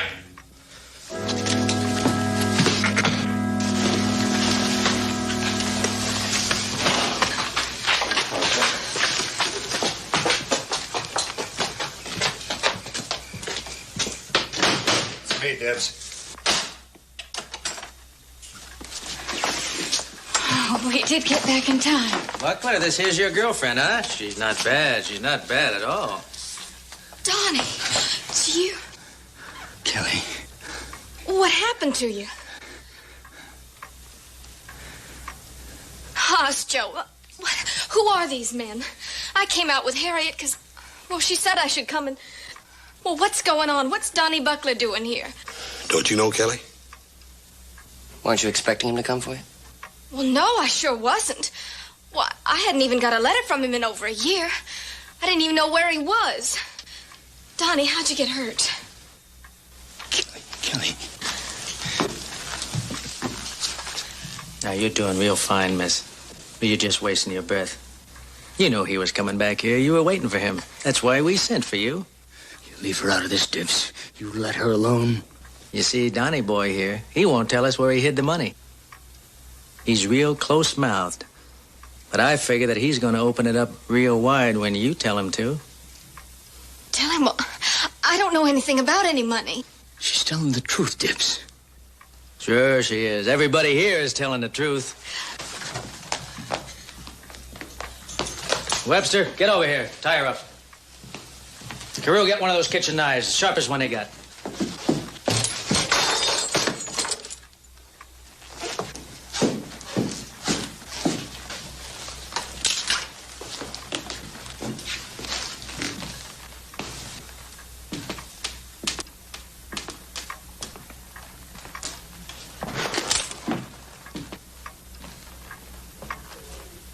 It's a funny thing about pain.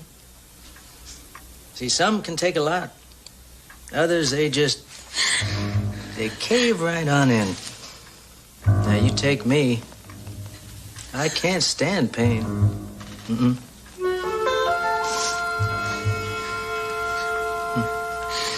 It's going to be very interesting to see how she holds up. Women are usually a lot braver than the men, though, when you come right down to it.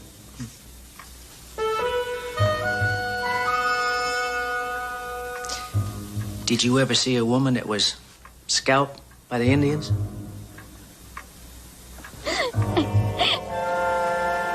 Did you? The ones that come out of it, they wear a handkerchief over their heads to cover it up. Now, I wonder how one of them would cover up knife scars all over her face.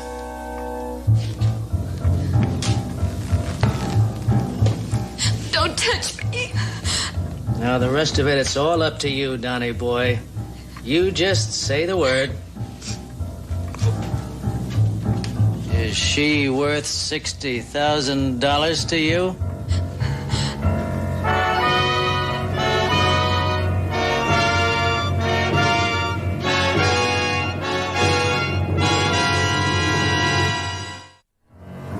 Nice, pretty girl like this, you don't want me to cut her up. You won't have the money, but you'll still have a nice, happy marriage.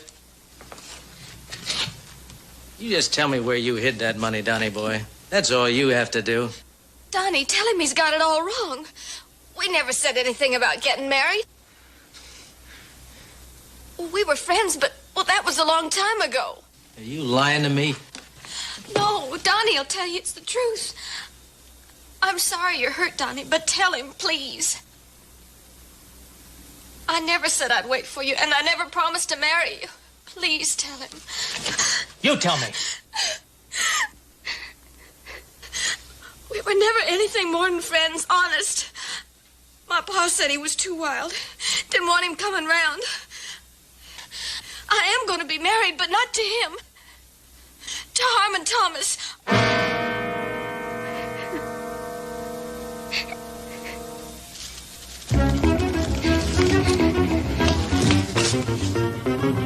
We go to all that trouble for nothing? What do we do now, Dibs? You heard her. There's nothing between her and Buckler. Let her go. You shut up!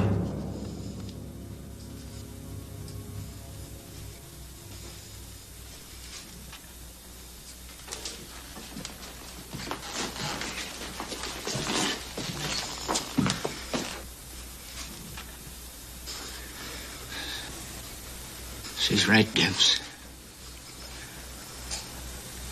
I didn't know about Thomas.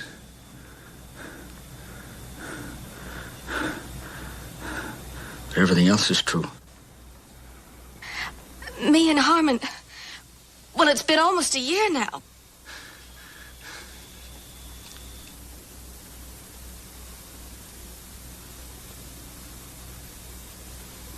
This ain't over yet. Not by a long shot. Maybe he ain't gonna marry her. But he don't want to see her cut up either. This ain't nothing new to me. Did I ever tell you about Cynthia, Donnie boy? Huh? I kissed her goodbye when I was 19. I rode off to war. I was going to marry her the very first day that I got back. 11 years ago was the last time I saw her. She's probably got herself 6 kids, full of gray hair by now. But I still like to remember her just like she was. And that's the way you like to think of this little lady, huh, Donnie boy? That's why you carry her picture and her letter around in your pocket. Isn't that right, Buckler? Isn't that right, Buckler? Forget it, Dibs. I made a mistake. You heard her. Cut her. Let her go. It's all one to me.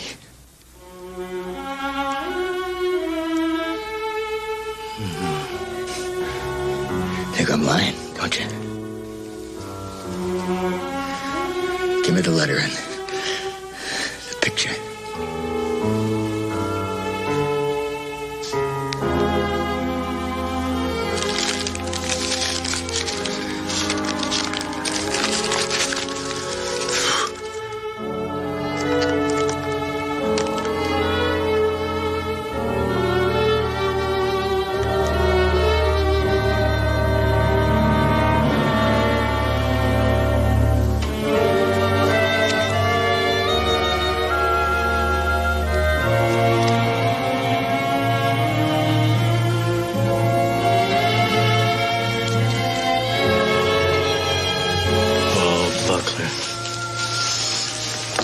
good. You're no good to nobody, not even yourself. Here, you got a chance to do something right for a change. What good is it gonna do you if this girl there gets hurt or maybe even killed, huh? You ain't got her. Mister, you ain't ever gonna have her. But if you do the right thing, she'll never forget you for it. And deep down inside, she'll always have a good feeling for you. Ah, you talk good enough to be a preacher, Dibs. Now, Buckler, you got a chance to get out from under. Pay off everything and have some left for yourself.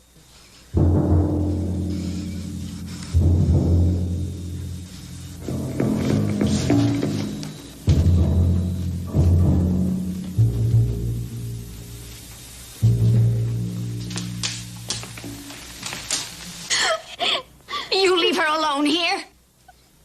You keep her quiet, Carew. Any way you have to.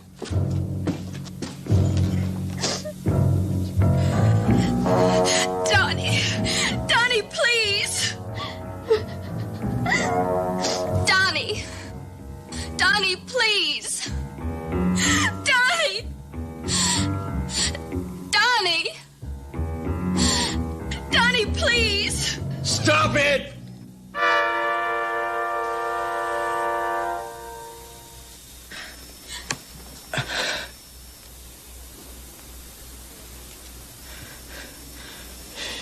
You in, Dibs. Leave her alone. I'd be glad to. Now, where's the money?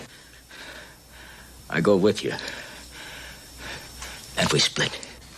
That's all right with me. Carew, go saddle horses. Can't find a place in the dark. Gotta rest. Gotta get stronger before I can sit on a horse.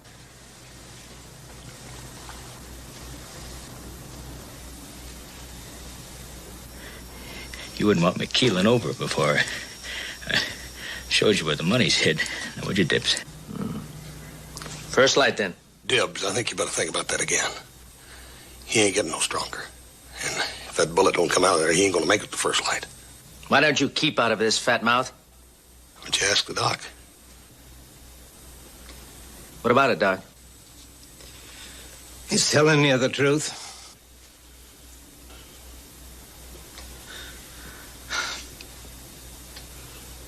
You take that bullet out. Can he ride come daylight? Wouldn't be wise. I don't care if it's wise or not. Can he do it?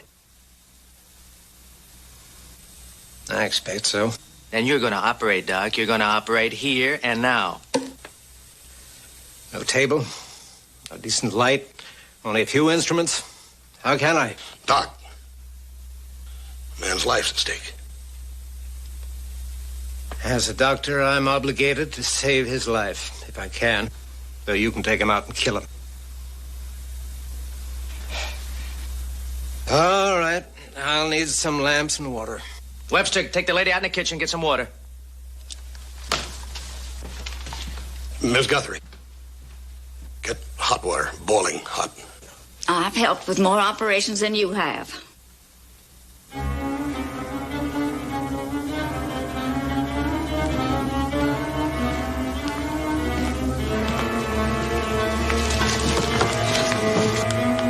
I need lamps, I said. Carew, get upstairs. Find some lamps. Out of my way, please. I'll need some room here.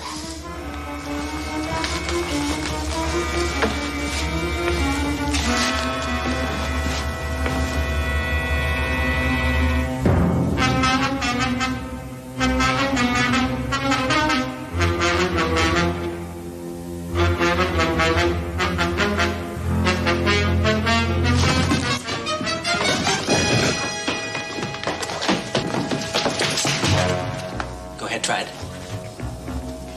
Any one of you. Now go on, fat mouth. Back in your chair. Come on.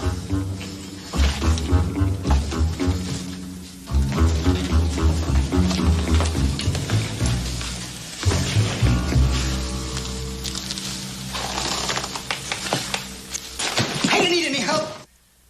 Told you to get those lamps. But I thought... Don't think, just get him. Rusher, get on down here. Get him back in the chair.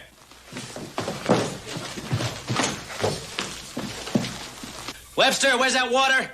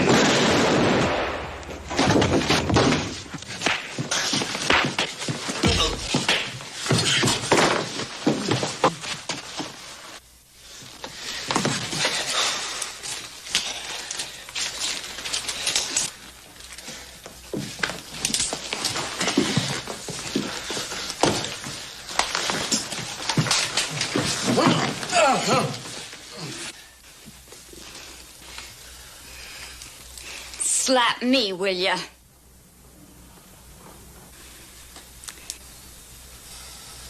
Now, I got some oil in the kitchen.